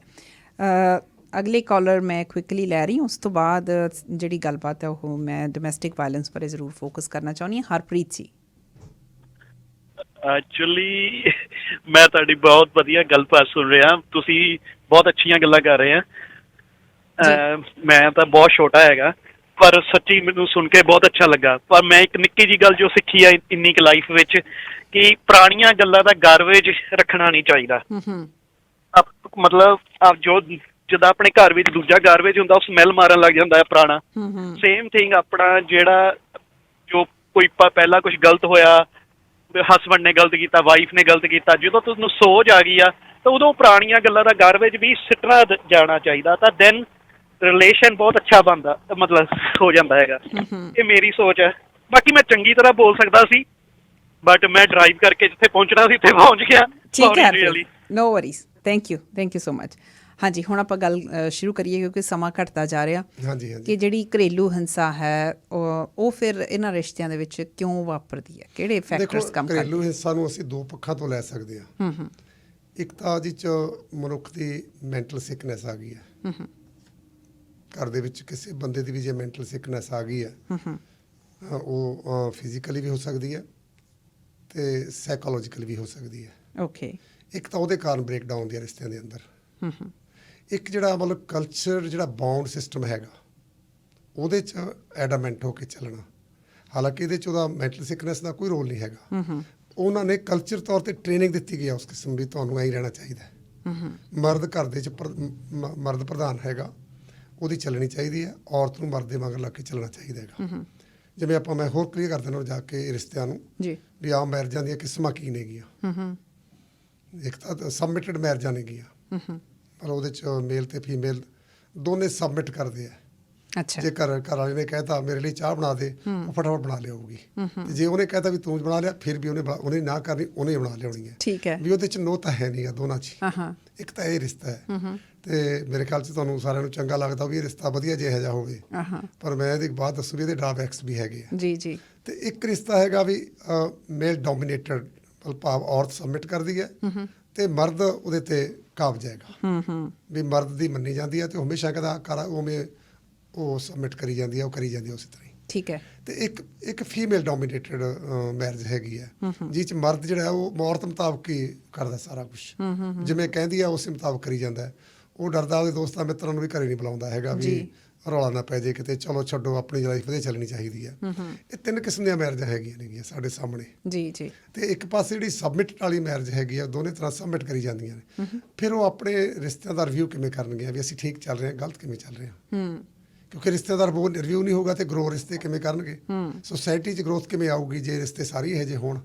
ਕਿਉਂਕਿ ਅਸੀਂ ਐਨਾਲਿਸਿਸ ਕਰਦੇ ਹਾਂ ਆਪਦੇ ਰਿਸ਼ਤਿਆਂ ਦਾ। ਮਨੁੱਖ ਜਦੋਂ ਰਿਸ਼ਤੇ ਦਾ ਐਨਾਲਿਸਿਸ ਕਰਦਾ ਤਾਂ ਹੀ ਉਹ ਬੈਟਰ ਕਰੀ ਜਾਂਦਾ। ਪਹਿਲਾਂ ਤੋਂ ਲੈ ਕੇ ਆਦਮ ਤੋਂ ਲੈ ਕੇ, ਜਦੋਂ ਅਸੀਂ ਪੁਰਾਣੇ ਮਨੁੱਖ ਤੋਂ ਲੈ ਕੇ ਜਦੋਂ ਜੰਗਲਾਂ ਦਾ ਵਾਸੀ ਰਿਹਾ, ਹੁਣ ਤੱਕ ਅਸੀਂ ਇੱਕ ਵੈਲ ਸਿਵਲਾਈਜ਼ ਸੋਸਾਇਟੀ 'ਚ ਆ ਗਏ ਹਾਂ। ਮੈਂ ਕਹੂੰ ਜੇ ਹਿੰਦੁਸਤਾਨ ਦੀ ਸੋਸਾਇਟੀ ਛੱਡ ਕੇ ਅਸੀਂ ਕੈਨੇਡਾ 'ਚ ਆ ਗਏ, ਹੋਰ ਵੈਲ ਸੋਸਾਇਟੀ 'ਚ ਆ ਗਏ ਅਸੀਂ। ਤੇ ਉੱਥੇ ਆ ਕੇ ਰਿਸ਼ਤਿਆਂ ਦਾ ਜਿਹੜਾ ਅੰਗਣਾ ਹੋਰ ਟਾਈਪ ਦਾ ਹੋਣਾ ਹੈਗਾ। ਤੇ ਭਾਵ ਕਹਿਣ ਦਾ ਸਮਾਜਿਕ ਗਰੋਥ ਤਾਂ ਹੀ ਹੋਣੀ ਹੈ ਜੇ ਮੀਆਂ ਬੀਵੀ ਦੇ ਵਿੱਚ ਇਹ ਨਹੀਂ ਵੀ ਬਹਿਸ ਹੋਣੀ ਨਹੀਂ ਚਾਹੀਦੀ। ਪਰ ਜਿੱਥੇ ਹੁਣ ਡੋਮੈਸਟਿਕ ਵਾਇਲੈਂਸ ਦੀ ਤੁਸੀਂ ਗੱਲ ਸ਼ੁਰੂ ਕੀਤੀ ਹੈ, ਤੁਸੀਂ ਪਹਿਲੇ ਫੈਕਟਰ ਦੀ ਗੱਲ ਕੀਤੀ ਹੈ ਕਿ ਵੀ ਕੋਈ ਨਾ ਕੋਈ ਮੈਂਟਲ ਸਿਕਨੈਸ ਹੋ ਸਕਦੀ ਹੈ। ਮੈਂਟਲ ਸਿਕਨੈਸ ਜੇ ਥੋੜ੍ਹਾ ਜਿਹਾ ਤੁਸੀਂ ਐਲੈਬੋਰੇਟ ਕਰ ਸਕੋ ਕਿ ਮੈਂਟਲ ਸਿਕਨੈਸ ਅਸੀਂ ਉਦੋਂ ਹੀ ਮੰਨਦੇ ਹਾਂ ਜਦੋਂ ਸਾਨੂੰ ਇਹ ਲੱਗਦਾ ਕਿ ਵੀ ਇਹ ਨੋਰਮਲੀ ਸਾਡੀ ਸੋਸਾਇਟੀ ਦੇ ਵਿੱਚ ਕਿ ਬੰਦੇ ਨੂੰ ਡਿਪਰੈਸ਼ਨ ਹੋ ਗਿਆ। ਇੱਕ ਦੋ ਟਰਮਸ ਸਾਨੂੰ ਪਤਾ ਆ, ਪਹਿਲਾਂ ਅਸੀਂ ਕਿੰਨੀ ਦੇਰ ਕਹਿੰਦੇ ਰਹਿੰਦੇ ਹਾਂ ਇਹਨੂੰ ਸਟਰੈਸ ਆ ਕੋਈ, ਜਾਂ ਅਸੀਂ ਕਹਿ ਦਿੰਦੇ ਹਾਂ ਗੁੱਸਾ ਬਹੁਤ ਇਹਨੂੰ ਆਉਂਦਾ ਹੈ ਨਾ। ਇਹੀ ਗੱਲਾਂ ਆਪਾਂ ਕਰਦੇ ਹਾਂ, ਪਰ ਨਾ ਤਾਂ ਗੁੱਸੇ ਲਈ ਅਸੀਂ ਹੈਲਪ ਲੈਂਦੇ ਹਾਂ ਤੇ ਨਾ ਕਿਸੇ ਇਸ ਤਰ੍ਹਾਂ ਦੇ ਸਟਰੈਸ ਦੇ ਲਈ ਬਾਹਰੋਂ ਹੈਲਪ ਲੈਂਦੇ ਹੈਗੇ ਹਾਂ। ਜੇ ਤੁਸੀਂ ਥੋੜ੍ਹਾ ਐਲੈਬੋਰੇਟ ਕਰ ਸਕੋ ਕਿ ਵੀ ਇਹ ਮੈਂਟਲ ਸਿਕਨੈਸ ਦੇ ਵਿੱਚ ਕੀ ਆਉਂਦਾ ਜਿਹੜਾ ਕਿ ਡੋਮੈਸਟਿਕ ਵਾਇਲੈਂਸ ਦਾ ਕਾਰਨ ਬਣ ਸਕਦਾ। ਦੇਖੋ, ਇੱਕ ਗੱਲ ਤਾਂ ਆਪਾਂ ਨੂੰ ਬੜੀ ਸਪਸ਼ਟ ਸਮਝ ਲੈਣੀ ਚਾਹੀਦੀ ਹੈ, ਕੋਈ ਵੀ ਮੈਂਟਲ ਸਿਕਨੈਸ ਜਿਹੜੀ ਹੈ ਇੱਕਦਮ ਨਹੀਂ ਆਉਂਦੀ ਹੈਗੀ। ਅੱਛਾ। ਉਹਦੀ ਵੀ ਮਤਲਬ ਇੱਕ ਗਰੋਥ ਹੈਗੀ ਕਿ ਉਹ ਸਟੈਪ ਵਾਈਜ਼ ਆਉਣੀ ਹੈਗੀ ਹੈ। ਮੰਨ ਲਓ ਘਰ ਦੇ ਅੰਦਰ ਇੱਕ ਵਿਅਕਤੀ ਹੈਗਾ ਤੇ ਉਹਨੂੰ ਬਹੁਤਾ ਸੁਣਿਆ ਨਹੀਂ ਜਾ ਰਿਹਾ, ਚਾਹੇ ਉਹ ਠੀਕ ਵੀ ਹੋਵੇ, ਛੱਡ ਤੈਨੂੰ ਕੀ ਪਤਾ ਹੈਗਾ। ਹਰ ਵਾਰੀ ਉਹਨੂੰ ਸਨੱਬ ਕੀਤਾ ਜਾਂਦਾ ਹੈਗਾ। ਅੱਛਾ। ਤੇ ਨੈਚੁਰਲੀ ਫਿਰ ਉਹਦਾ ਬਿਹੇਵ ਕਿਹੋ ਜਿਹਾ ਹੋਊਗਾ ਵੀ ਮੈਂ ਤਾਂ ਪੁੱਛਦਾ ਹੀ ਨਹੀਂ ਹੈਗਾ। ਤੇ ਕਈ ਵਾਰ ਉਹ ਮਜਬੂਰੀ ਦੇ ਆਪਣੇ ਰਿਲੇਸ਼ਨ ਚਲਾ ਰਿਹਾ ਹੁੰਦਾ ਹੈਗਾ, ਪਰ ਉਸ ਤੋਂ ਬਾਅਦ ਜਿਹੜਾ ਸਟ੍ਰੈਸ ਉਹ 'ਤੇ ਬਣਦਾ ਹੈਗਾ, ਉਹਨੇ ਬ੍ਰੇਨ 'ਚ ਕੈਮੀਕਲ ਚੇਂਜਸ ਲੈ ਆਉਣੀਆਂ ਨੇ। ਅੱਛਾ। ਉਹਦਾ ਜਿਹੜਾ ਬ੍ਰੇਨ ਦਾ ਕੈਮੀਕਲ ਬੈਲੈਂਸ ਹੈਗਾ ਉਹਦੇ 'ਚ ਚੇਂਜ ਆਉਣੀ ਸ਼ੁਰੂ ਹੋ ਜਾਂਦੀ ਹੈ। ਉਹਦੀ ਚੇਂਜ ਜੇ ਘੱਟ ਹੈਗੀ ਆ ਤਾਂ ਮੁੱਢ 'ਚ ਉਹਦੇ ਬਿਹੇਵ 'ਚ ਜਦੋਂ ਥੋੜ੍ਹੀ ਜਿਹੀ ਤਬਦੀਲੀ ਦੇਖਾਂਗੇ ਅਸੀਂ, ਜੀ ਉਹਦੀ ਗੱਲਬਾਤ 'ਚ ਤਬਦੀਲੀ ਆਊਗੀ। ਕਈ ਵਾਰੀ ਦੂਜੇ ਦੱਸਦੇ ਉਹ ਪਹਿਲਾ ਵਰਗਾ ਨਹੀਂ ਹੈਗਾ। ਜੇ ਥੋੜ੍ਹੀ ਜਿਹੀ ਵੀ ਹੈਗੀ ਹੈ ਫਿਰ ਉਹ ਉਦੋਂ ਅਗਲੇ ਸਟੈਪ 'ਤੇ ਚਲੀ ਜਾਂਦੀ ਹੈ, ਜਿੱਥੇ ਉੱਥੇ ਲੱਗਦਾ ਵੀ ਇਹ ਤਾਂ ਹੋਰ ਹੀ ਜੇ ਕੁਛ ਕਹੀ ਜਾਂਦਾ, ਇਹੋ ਜਿਹਾ ਹੈ ਹੀ ਨਹੀਂ ਸੀਗਾ। ਇਹ ਇੱਕ ਸਟੇਜ 'ਤੇ ਆ ਕੇ ਬਿਲਕੁਲ ਹੀ ਐਬਨੋਰਮਲ ਹੋ ਜਾਂਦਾ ਹੈਗਾ, ਜਿੱਥੇ ਤੁਸੀਂ ਉਹਨੂੰ ਹਰ ਵਕਤ ਗੁੱਸੇ 'ਚ ਹੀ ਦੇਖੋਗੇ। ਮਤਲਬ ਇਹ ਗਰੋਥ ਜਿਹੜੀ ਹੈਗੀ ਕਿਤੇ ਨਾ ਕਿਤੇ ਮਤਲਬ ਜਿਹੜਾ ਦੂਸਰੇ ਦੇ ਉੱਤੇ ਜਿਹੜਾ ਦਬਾਅ ਬਣਿਆ ਹੋਇਆ ਹੈਗਾ ਜੀ, ਰਿਸ਼ਤੇ ਦਾ ਪ੍ਰੈਸ਼ਰ ਹੈਗਾ, ਇੱਕ ਦੀ ਡੋਮੀਨੈਂਸੀ ਹੈਗੀ ਹੈ, ਉਹ ਇਸ ਤਰ੍ਹਾਂ ਦੇ ਰਿਸ਼ਤਿਆਂ ਦੇ ਭਾਵੇਂ ਇਸ ਤਰ੍ਹਾਂ ਦੇ ਜਿਹੜੇ ਪਰਸਨੈਲਿਟੀ ਜਿਹੜੇ ਡਿਵੈਲਪ ਹੋ ਰਹੀਆਂ ਹੁੰਦੀਆਂ ਉਹ 'ਚ ਪੈਰੈਂਟ ਵੀ ਆ ਗਏ। ਪਰ ਅਸੀਂ ਜਦੋਂ ਡੋਮੈਸਟਿਕ ਵਾਇਲੈਂਸ ਹੁੰਦੀ ਆ ਅਸੀਂ ਤਾਂ ਉਹਨੂੰ ਇੱਕ ਵਰਤਾਰੇ ਦੇ ਰੂਪ 'ਚ ਦੇਖਦੇ ਹਾਂ ਕਿ ਇਹ ਬੰਦੇ ਦਾ ਸੁਭਾਅ ਆ, ਇਹਨੂੰ ਗੁੱਸਾ ਆਉਂਦਾ ਹੈ, ਇਹ ਇੱਦਾਂ ਦਾ ਹੀ ਆ। ਮੋਸਟ ਆਫ ਦਾ ਟਾਈਮਸ ਅਸੀਂ ਇਸ ਤਰੀਕੇ ਦੇ ਨਾਲ ਕਿਸੇ ਵਿਅਕਤੀ ਦੀ ਪਰਸਨੈਲਿਟੀ ਨੂੰ ਜਿਹੜਾ ਇੰਟਰਪ੍ਰੈਟ ਕਰਦੇ ਹਾਂ ਕਿ ਇਹ ਬਹੁਤ ਖੁਸ਼ ਰਹਿੰਦਾ ਹੈ ਜਾਂ ਇਹਦਾ ਗੁੱਸੇ ਵਾਲਾ ਸੁਭਾਅ ਆ ਜਾਂ ਇਹਦਾ ਸ਼ਾਂਤ ਸੁਭਾਅ ਆ। ਇਸ ਤੋਂ ਬਾਅਦ ਤਾਂ ਸਾਨੂੰ ਆਮ ਤੌਰ 'ਤੇ ਨਹੀਂ ਪਤਾ ਹੁੰਦਾ। ਪਰ ਡੋਮੈਸਟਿਕ ਵਾਇਲੈਂਸ ਦੇ ਕੇਸ ਸਮਟਾਈਮਸ ਆਪਾਂ ਦੇਖਦੇ ਹਾਂ ਕਿ ਕੋਰਟ ਦੇ ਵਿੱਚ ਪਹੁੰਚਦੇ ਆ, ਉੱਥੇ ਜਾ ਕੇ ਫਿਰ ਇਹ ਗੱਲਾਂ ਰਿਵੀਲ ਹੁੰਦੀਆਂ ਕਿ ਇਸ ਬੰਦੇ ਦੀ ਇਸ ਤਰ੍ਹਾਂ ਦੀ ਹਿਸਟਰੀ ਸੀ, ਉਸ ਤਰ੍ਹਾਂ ਦੀ ਹਿਸਟਰੀ ਸੀ। ਫਿਰ ਕੁਝ ਫੈਕਟਰਸ ਹੋਰ ਤਾਂ ਕਾਊਂਟ ਕਰਦੇ ਹੋਣਗੇ ਕਿ ਇਹ ਤਾਂ ਜ਼ਰੂਰੀ ਨਹੀਂ ਹੈ ਕਿ ਵੀ ਸਿਰਫ ਇਸ ਚੀਜ਼ ਨੂੰ ਐਕਸਕਿਊਜ਼ ਬਣਾ ਲਿਆ ਜਾਵੇ ਕਿ ਇਹ ਵੀ ਮੈਂਟਲ ਇੰਬੈਲੈਂਸ ਹੈ ਜਾਂ ਸਿਕਨੈਸ ਕਰਕੇ ਹੀ ਇਹ ਚੀਜ਼ਾਂ ਹੋ ਰਹੀਆਂ। ਦੇਖੋ, ਜਦੋਂ ਆਪਾਂ ਪਰਿਵਾਰ ਦੇ ਵਿੱਚ ਰਹਿੰਦੇ ਹਾਂ, ਪਰਿਵਾਰ ਦੇ ਜਿੰਨੇ ਵੀ ਮੈਂਬਰ ਹੈਗੇ ਆ ਜੀ, ਦੇ not have the same personality, ਕਿਉਂਕਿ ਉਹਨਾਂ ਦੇ ਬ੍ਰੇਨ ਅਲੱਗ-ਅਲੱਗ ਨੇਗੇ। ਉਹ ਸੋਸਾਇਟੀ ਦਾ ਇੰਪੈਕਟ ਵੀ ਮਤਲਬ ਆਪਣੇ ਤੇ ਅਲੱਗ-ਅਲੱਗ ਢੰਗ ਨਾਲ ਮਹਿਸੂਸ ਕਰਦੇ ਹੈਗੇ। ਅੱਛਾ, ਉਹਦੇ ਮੁਤਾਬਕ ਉਹਨਾਂ ਦੇ ਵਿੱਚ ਉਹਨਾਂ ਦੇ ਜਿਹੜੇ ਆਈਡੀਆਜ਼ ਹੈ, ਵਿਚਾਰ ਨੇਗੇ, ਉਹਨਾਂ 'ਚ ਵੀ ਚੇਂਜਸ ਆਉਣੀ ਹੈਗੀ ਹੈ। ਡਿਫਰੈਂਸਿਸ ਤਾਂ ਬਣੇ ਹੁੰਦੇ ਆ ਜਿਹਨੂੰ ਅਸੀਂ ਡਿਫਰੈਂਸ ਆਫ ਓਪੀਨੀਅਨ ਕਹਿ ਸਕਦੇ ਹਾਂ ਜੀ। ਪਰ ਉਹ ਜੇ ਤਾਂ ਇੱਕ ਦੂਜੇ 'ਚ ਐਕਸੈਪਟ ਕਰਨ ਦਾ ਚੱਲ ਪੈਂਦਾ ਹੈ ਵੀ ਉਸ ਤਰ੍ਹਾਂ ਦਾ ਜਿਵੇਂ ਆਪਾਂ ਇੰਟਰੈਕਸ਼ਨ ਕਰਦੇ ਹਾਂ ਇੱਕ ਗਰੁੱਪ 'ਚ ਬਹਿ ਕੇ, ਵੀ ਉਹ ਜਿਹਨੂੰ ਅਸੀਂ ਮਤਲਬ ਪੋਜ਼ੀਟਿਵ ਇੰਟਰੈਕਸ਼ਨ ਕਹਿੰਦੇ ਹਾਂ, ਜਦੋਂ ਉਸ ਤਰ੍ਹਾਂ ਦਾ ਇੰਟਰੈਕਸ਼ਨ ਕਰਦਾ, ਇੱਕ ਦੂਜੇ ਦੇ ਵਿਚਾਰ ਸੁਣੇ ਜਾਂਦੇ ਹੈ, ਆਪੋ ਆਪਣੀ ਰਾਏ ਦਿੱਤੀ ਜਾਂਦੀ ਹੈ, ਫਿਰ ਮੈਨੂੰ ਲੱਗਦਾ ਇਹ ਪ੍ਰੋਬਲਮਾਂ ਨਹੀਂ ਆਉਂਦੀਆਂ। ਫਿਰ ਉਹ ਮਤਲਬ ਰਿਸ਼ਤੇ ਵੀ ਬਣੇ ਰਹਿਣਗੇ, ਉਹਨਾਂ 'ਚ ਟੁੱਟ ਭੱਜ ਬਹੁਤੀ ਨਹੀਂ ਹੋਊਗੀ ਜਾ ਕੇ। ਪਰ ਜਿੱਥੇ ਆ ਕੇ ਮਤਲਬ ਅਸੀਂ ਮਤਲਬ ਗੁੱਸਾ ਆ ਗਿਆ ਵਿਦਆਊਟ ਰੀਜ਼ਨ, ਕਿਸੇ ਨੂੰ ਐਂਗਰ ਆ ਹੀ ਨਹੀਂ ਸਕਦਾ, ਗੁੱਸਾ ਆਈ ਰੀਜ਼ਨ ਤਾਂ ਕੋਈ ਹੁੰਦਾ ਹੈ ਨਾ। ਪਰ ਕਈ ਵਾਰੀ ਹੁਣ ਇੱਕ ਟਰਮ ਹੈਗੀ ਆ ਤੁਹਾਡੇ ਇਹਦੇ ਵਿੱਚ ਹੀ, ਸਾਈਕੋਲੋਜੀ ਦੇ ਵਿੱਚ ਹੀ ਆਉਂਦੀ ਆ, ਪਰਸਨੈਲਿਟੀ ਡਿਸਆਰਡਰ, ਕਿ ਕੋਈ ਵਿਅਕਤੀ ਕਿਸੇ ਦਾ ਸੁਣ ਕੇ ਹੀ ਰਾਜ਼ੀ ਨਹੀਂ ਹੈ, ਉਹਨੂੰ ਲੱਗਦਾ ਕਿ ਵੀ ਮੈਂ ਹੀ ਜੋ ਕਰ ਰਿਹਾ ਉਹੀ ਸਹੀ ਹੈ। ਉਹਦੀ ਕਹਿੰਦੇ ਈਗੋ ਬਹੁਤ ਜ਼ਿਆਦਾ ਹਾਈ ਹੁੰਦੀ ਹੈ, ਉਹ ਬਹੁਤ ਉਹਦੀ ਸੈਲਫ ਸਟੀਮ ਜਿਹੜੀ ਆ ਬਹੁਤ ਛੇਤੀ ਉਹਦੀ ਲੋ ਹੋ ਜਾਂਦੀ ਆ ਜਦੋਂ ਉਹ ਇਹੋ ਜਿਹਾ ਐਕਟ ਕਰਦਾ ਹੈ ਕਿ ਉਹ ਆਲੇ ਦੁਆਲੇ ਦੇ ਲੋਕਾਂ ਨੂੰ ਇਨਸਾਨ ਹੀ ਨਹੀਂ ਸਮਝਦਾ। ਉਹਨੂੰ ਲੱਗਦਾ ਕਿ ਵੀ ਜੋ ਕੁਝ ਹੈ ਮੇਰੇ ਲਈ ਹੋਣਾ ਚਾਹੀਦਾ, ਮੇਰੇ 'ਤੇ ਹੀ ਧਿਆਨ ਫੋਕਸ ਹੋਣਾ ਚਾਹੀਦਾ, ਮੇਰੀ ਗੱਲ ਤੁਰੰਤ ਸੁਣੀ ਜਾਣੀ ਚਾਹੀਦੀ ਹੈ।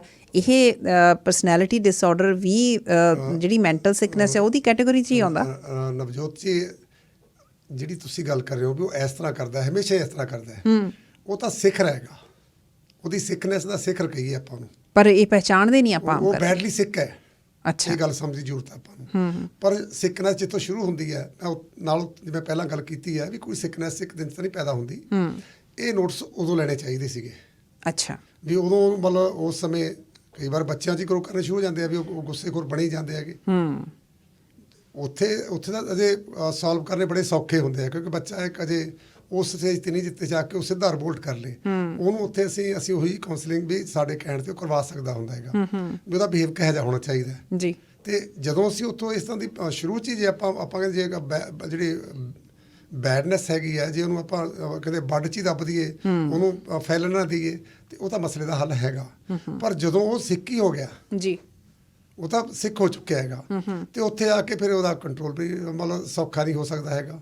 ਤੇ ਕਈ ਵਾਰ ਉਹ ਆਪਦੇ ਗੁੱਸੇ ਨੂੰ ਕੰਡੀਸ਼ਨਿੰਗ ਇੰਨੀ ਜ਼ਿਆਦਾ ਹੋ ਜਾਂਦੀ ਹੈ, ਐਕਸੈਪਟ ਕਰ ਰਿਹਾ ਹੁੰਦਾ ਮੈਂ ਰਾਈਟ ਆਂਗਾ ਤੇ ਮੇਰਾ ਮੈਂ ਗੁੱਸਾ ਠੀਕ ਕਰ ਰਿਹਾ, ਐਸ ਕਰਕੇ ਕਰ ਰਿਹਾ, ਬਾਰ-ਬਾਰ ਮੈਂ ਕਰ ਰਿਹਾ, ਮੇਰੇ ਨਾਲ ਇਸ ਤਰ੍ਹਾਂ ਹੋ ਰਿਹਾ ਹੈਗਾ। ਉਹਦੇ ਕੋਲ ਉਹ ਜਸਟੀਫਾਈ ਕਰਦਾ ਆਪਣੇ ਆਪ ਨੂੰ, ਤੇ ਬਹੁਤ ਸਾਰੇ ਉਹਦੇ ਕੋਲ ਜਸਟੀਫਿਕੇਸ਼ਨ ਹੁੰਦੀਆਂ ਵੀ ਨਹੀਂ ਗੀਆਂ। ਜੀ ਜੀ, ਕਿਉਂਕਿ ਗੁੱਸੇ ਦਾ ਇਹ ਨਹੀਂ ਵੀ ਉਹ ਆਪਣੇ ਆਪ 'ਚ ਹੀ ਗੁੱਸਾ ਪੈਦਾ ਹੋਣਾ ਸ਼ੁਰੂ ਹੋ ਗਿਆ। ਗੁੱਸਾ ਤਾਂ ਆਖਰ ਨੂੰ ਚਾਹੇ ਉਹਦਾ ਪਰਿਵਾਰ ਹੈ, ਚਾਲਾ ਦੁਆਲਾ, ਜਾਂ ਉਹਦੇ ਜਿੱਥੇ ਕੰਮ ਪਲੇਸਿਸ ਹੈਗੇ ਆ, ਉੱਥੋਂ ਜੋ ਉਹਦੇ ਨਾਲ ਮਤਲਬ ਬਿਹੇਵ ਹੋ ਰਿਹਾ ਹੁੰਦਾ, ਉਹਦੇ ਨਾਲ ਉਹ ਸੈਟਿਸਫਾਈ ਨਹੀਂ ਹੋ ਰਿਹਾ ਹੁੰਦਾ। ਉੱਥੋਂ ਇਹ ਪ੍ਰੋਬਲਮਾਂ ਕ੍ਰੀਏਟ ਹੁੰਦੀਆਂ ਜਿਹੜੇ ਜਾ ਕੇ ਸਾਰੀਆਂ। ਹੁਣ ਅੱਗੇ ਜਾ ਕੇ ਚਲੋ ਠੀਕ ਹੈ, ਆਪਾਂ ਕਹਿੰਦੇ ਵੀ ਪਤੀ ਪਤਨੀ ਦੀ ਲੜਾਈ ਹੋ ਗਈ ਹੈ, ਤੇ ਆਮ ਬਹੁਤੇ ਲੋਕ ਕਹਿੰਦੇ ਪੁਲਿਸ ਨੂੰ ਇਨਫੋਰਮ ਕਰ ਦਿਓ। ਹਾਂ, ਕਿ ਪੁਲਿਸ ਨੂੰ ਇਨਫੋਰਮ ਤੋਂ ਬਾਅਦ ਮਸਲਾ ਹੱਲ ਹੋਣ ਦੀ ਸੰਭਾਵਨਾ ਵੱਧ ਜਾਂਦੀ ਹੈ, ਘਟ ਜਾਂਦੀ ਹੈ। ਸਭ ਤੋਂ ਪਹਿਲਾਂ ਤਾਂ ਇਹ ਸਮਝਣ ਦੀ ਜ਼ਰੂਰਤ ਹੈ, ਖਾਸ ਤੌਰ 'ਤੇ ਸਾਡੀ ਸੁਸਾਇਟੀ ਦੇ ਵਿੱਚ ਜੀ, ਵੀ ਕੀ ਸਾਡੇ ਤਾਂ ਪਹਿਲਾਂ ਤਾਂ ਇਹ ਸਟਿਗਮਾ ਹੀ ਮੰਨਿਆ ਜਾਂਦਾ, ਪੁਲਿਸ ਨੂੰ ਇਨਫੋਰਮ ਕਰਤਾ ਵੀ ਮੇਰੀ ਤਾਂ ਬੇਇੱਜ਼ਤੀ ਹੋ ਗਈ। ਭਾਵ ਉਦੋਂ ਰਿਸ਼ਤੇ 'ਚ ਧੜਕਣਬਾਜ਼ੀ ਜ਼ਿਆਦਾ ਵੱਡੀ ਹੋ ਸਕਦੀ ਹੈ ਪੁਲਿਸ ਨੂੰ ਇਨਫੋਰਮ ਕਰਨ ਤੋਂ ਬਾਅਦ।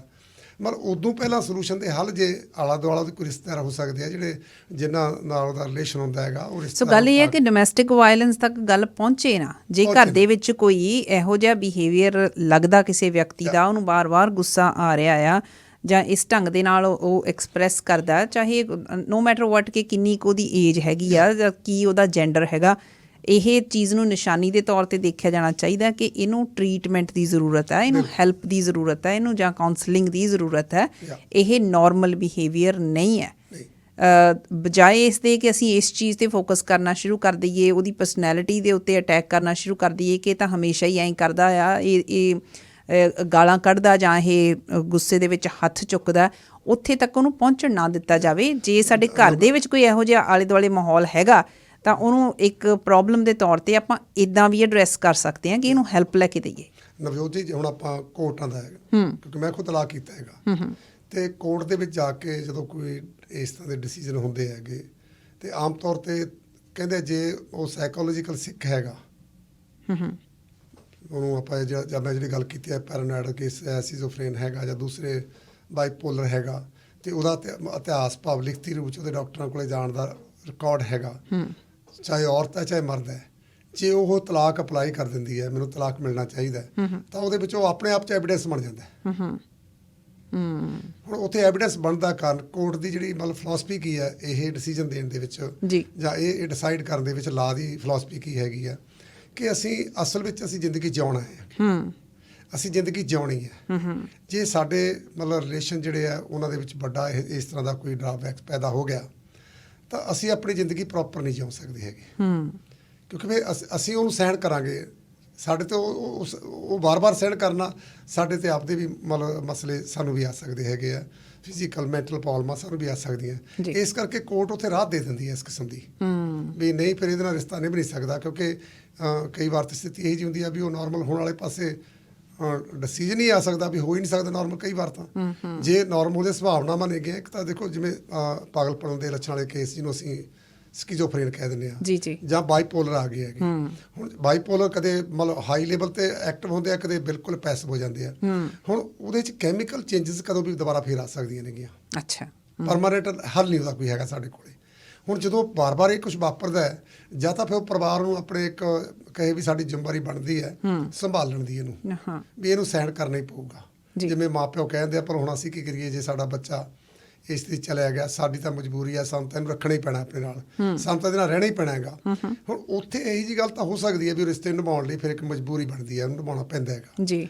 ਪਰ ਜਿੱਥੇ ਉਹ ਮਜਬੂਰੀ ਨਹੀਂ ਬਣਦੀ ਹੈਗੀ, ਦੇਖੋ ਔਰਤ ਜੇ ਉਹਨੂੰ ਲੱਗਦਾ ਵੀ ਮੈਂ ਆਪਣੀ ਲਾਈਫ ਤੋਂ ਸੈਟਿਸਫਾਈ ਨਹੀਂ, ਮੇਰੀ ਉਮਰ ਜੇ ਸਾਰੀ 35-40 ਸਾਲ ਦੀ ਹੈ, ਮੈਂ ਜੇ ਆਪਣੀ ਲਾਈਫ ਨੂੰ ਇੰਜੋਏ ਕਰਨਾ, ਇਸ ਤਰ੍ਹਾਂ ਤਾਂ ਮੈਂ ਇੰਜੋਏ ਨਹੀਂ ਕਰ ਸਕਦੀ। ਫਿਰ ਇਹ ਵਾਈਸ ਵਰਸਾ ਵੀ ਹੋ ਸਕਦਾ, ਇਹ ਔਰਤ ਦੀ ਵੀ ਸਮੱਸਿਆ ਹੋ ਸਕਦੀ ਹੈ। ਹਾਂਜੀ, ਦੋਨੇ ਪਾਸੇ ਹੋ ਸਕਦੀ ਹੈ ਗੱਲ। ਹੁਣ ਉੱਥੇ ਆ ਕੇ ਕਈ ਵਾਰੀ ਡਿਸੀਜਨ ਲੈਣੇ ਪੈ ਜਾਂਦੇ ਆ।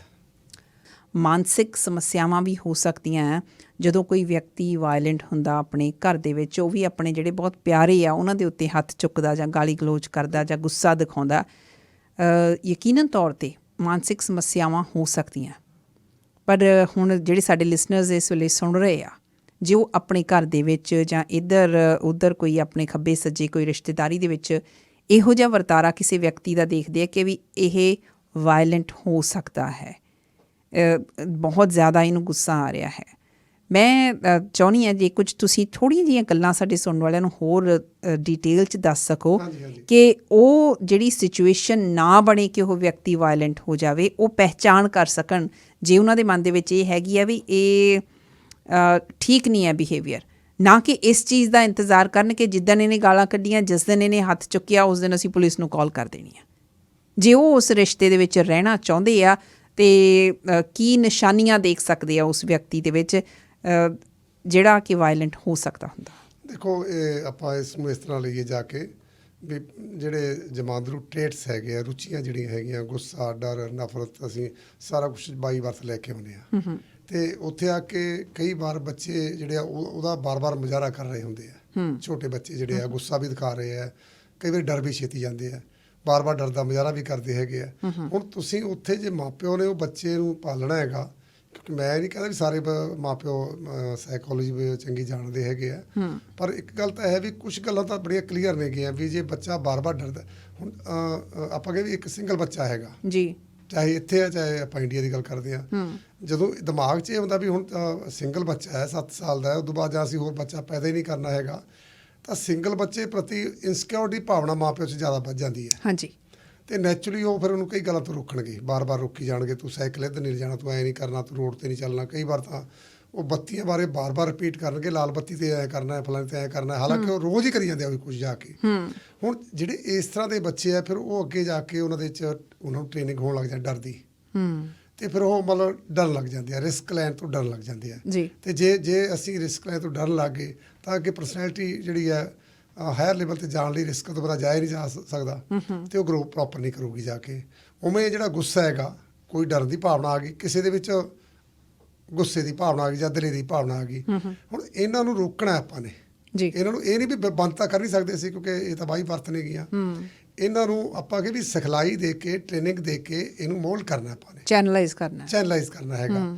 ਜੇ ਮਾਪਿਓ ਉਦੋਂ ਇਹ ਗੱਲ ਸਮਝਦੇ ਹੋਣ ਵੀ ਚੈਨਲਾਈਜ਼ ਕਿਵੇਂ ਕਰਨਾ ਹੈ, ਜੇ ਉਹਨੂੰ ਲੱਗਦਾ ਵੀ ਸਾਨੂੰ ਉਹਦੀ ਦੇ ਬਾਰੇ ਇੰਨੀ ਨੌਲੇਜ ਨਹੀਂ ਹੈਗੀ ਜੀ, ਤਾਂ ਉਹ ਕਿਸੇ ਮਤਲਬ ਜਿਹੜਾ ਸੋਸ਼ਲ ਸਾਈਕੋਲੋਜਿਸਟ ਹੈਗਾ ਉਹਦੇ ਨਾਲ ਸੰਪਰਕ ਕਰ ਸਕਦੇ ਆ।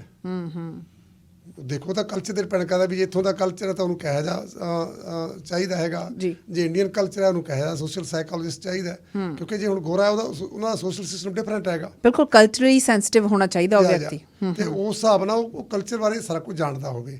ਉਦੋਂ ਤੋਂ ਰਾਏ ਵੀ ਲੈਣੀ ਤੇ ਬੱਚੇ ਨੂੰ ਨਾਲ ਲਿਜਾ ਕੇ ਉਹਦੀ ਕਾਉਂਸਲਿੰਗ ਕਰਾਈ ਜਾ ਸਕਦੀ ਹੈ।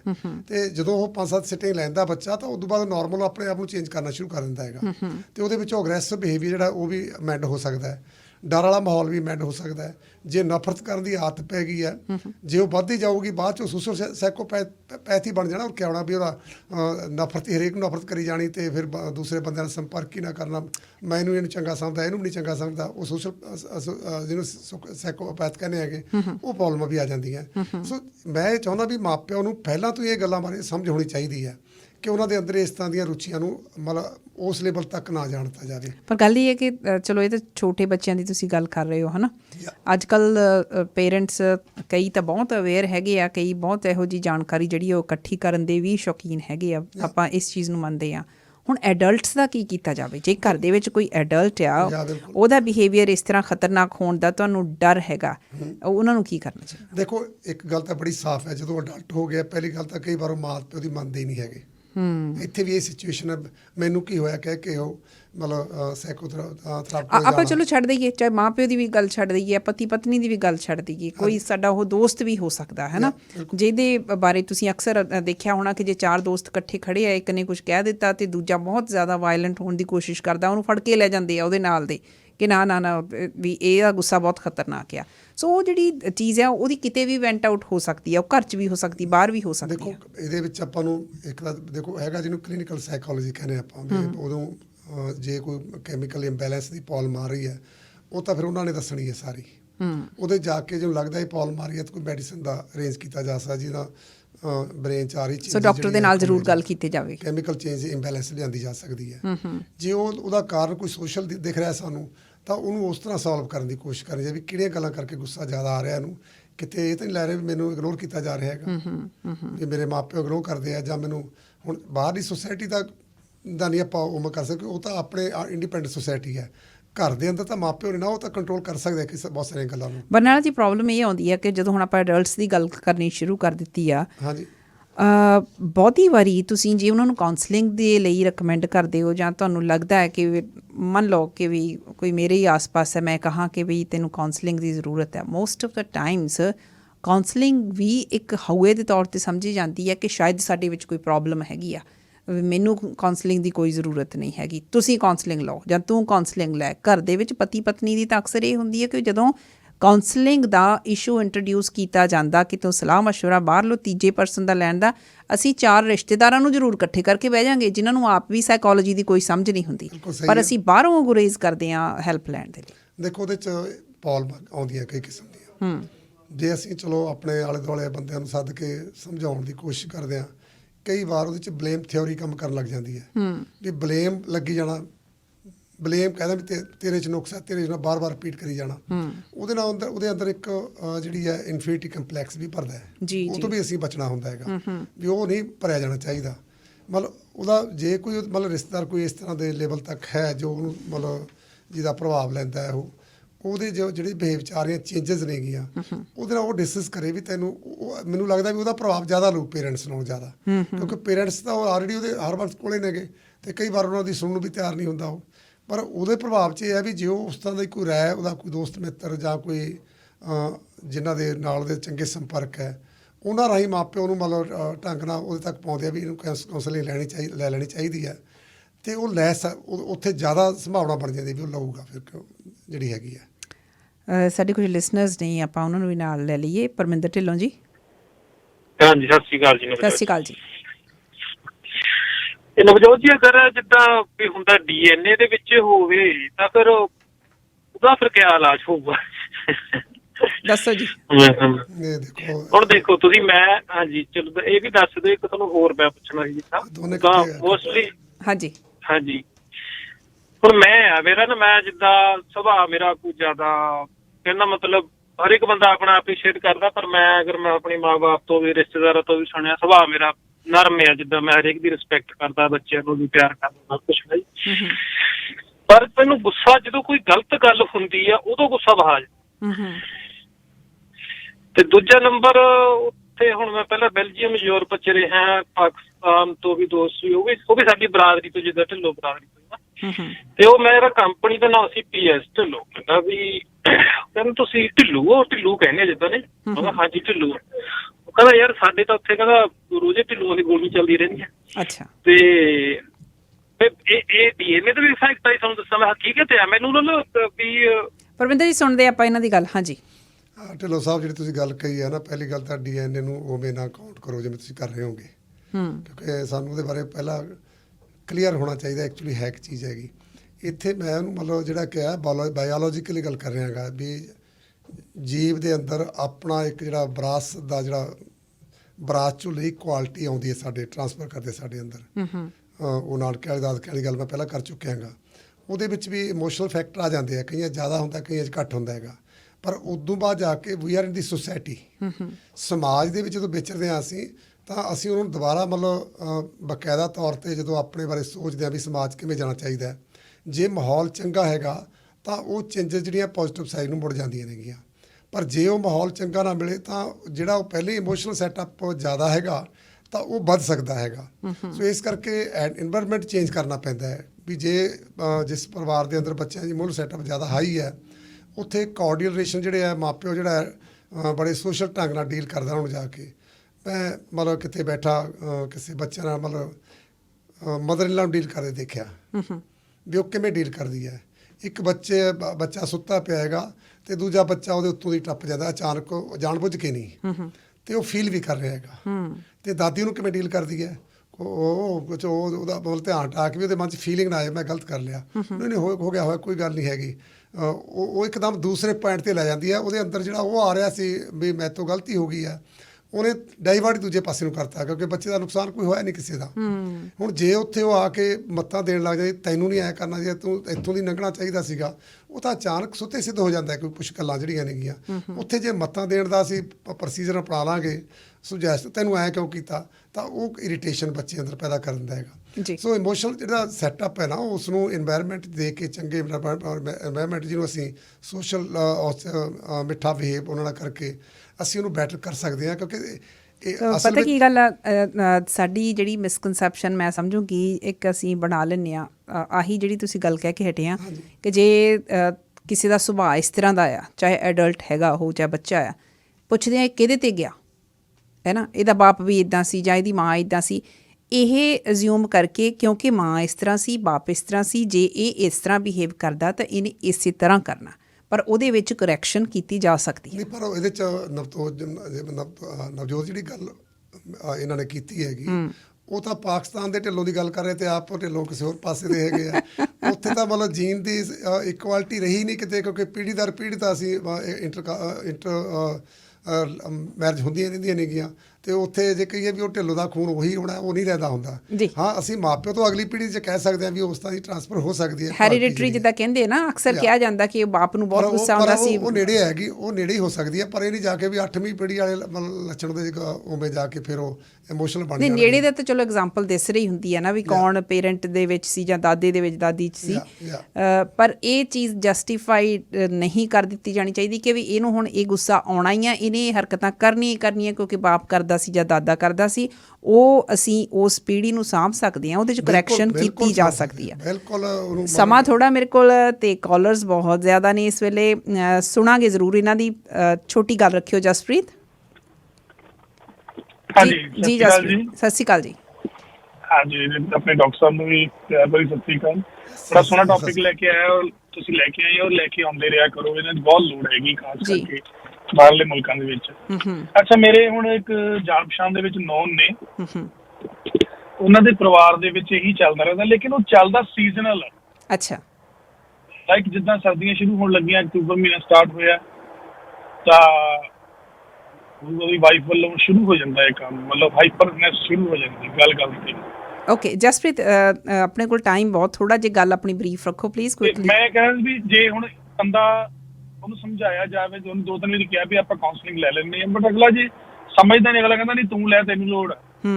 ਫਿਰ ਕਿਉਂਕਿ ਰਿਐਕਟ ਤਾਂ ਹੋਣਾ ਹੀ ਹੈ ਜਦੋਂ ਕੋਈ ਬੰਦਾ ਕਿਸੇ ਨੂੰ ਬੋਲੂਗਾ ਬਿਨਾਂ ਮਤਲਬ ਤੋਂ ਹਾਈਪਰ ਹੋਊਗਾ, ਫਿਰ ਜਿਹੜਾ ਅਗਲਾ ਬੰਦਾ ਉਹ ਕਿੰਨੀ ਕੁ ਦੇਰ ਉਹ ਵੀ ਬਰਦਾਸ਼ਤ ਕਰਦਾ। ਅਗਲਾ ਕਹਿੰਦਾ ਭਾਈ ਕਿਸੇ ਬੰਦੇ ਦਾ ਲੱਗੋ ਤੁਸੀਂ, ਤੇ ਮੈਨੂੰ ਦੱਸੋਗੇ ਇਹਦਾ ਕੀ ਹੱਲ ਹੋ ਸਕਦਾ ਹੈ?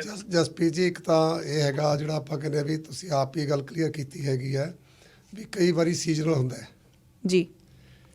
ਜਿਵੇਂ ਮੌਸਮ ਦੇ ਇੰਪੈਕਟ ਆਉਂਦੇ ਆ ਸਾਡੇ ਬ੍ਰੇਨ ਦੇ ਉੱਤੇ, ਜ਼ਿਆਦਾ ਬਾਰਿਸ਼ ਹੋਣ ਲੱਗ ਗਈ ਲਗਾਤਾਰ ਕਈ ਦਿਨ ਰਹੀ, ਕਈ ਬੰਦੇ ਡਿਪਰੈਸ਼ਨ ਜਾ ਸਕਦੇ ਆ ਕਿਉਂਕਿ ਬ੍ਰੇਨ 'ਚ ਕੈਮੀਕਲ ਚੇਂਜ ਆ ਜਾਂਦੀ ਹੈ ਉਹਨਾਂ ਦੇ, ਉਹ ਜਾ ਸਕਦੇ ਆ ਟੈਂਪਰੇਰੀ ਤੌਰ 'ਤੇ।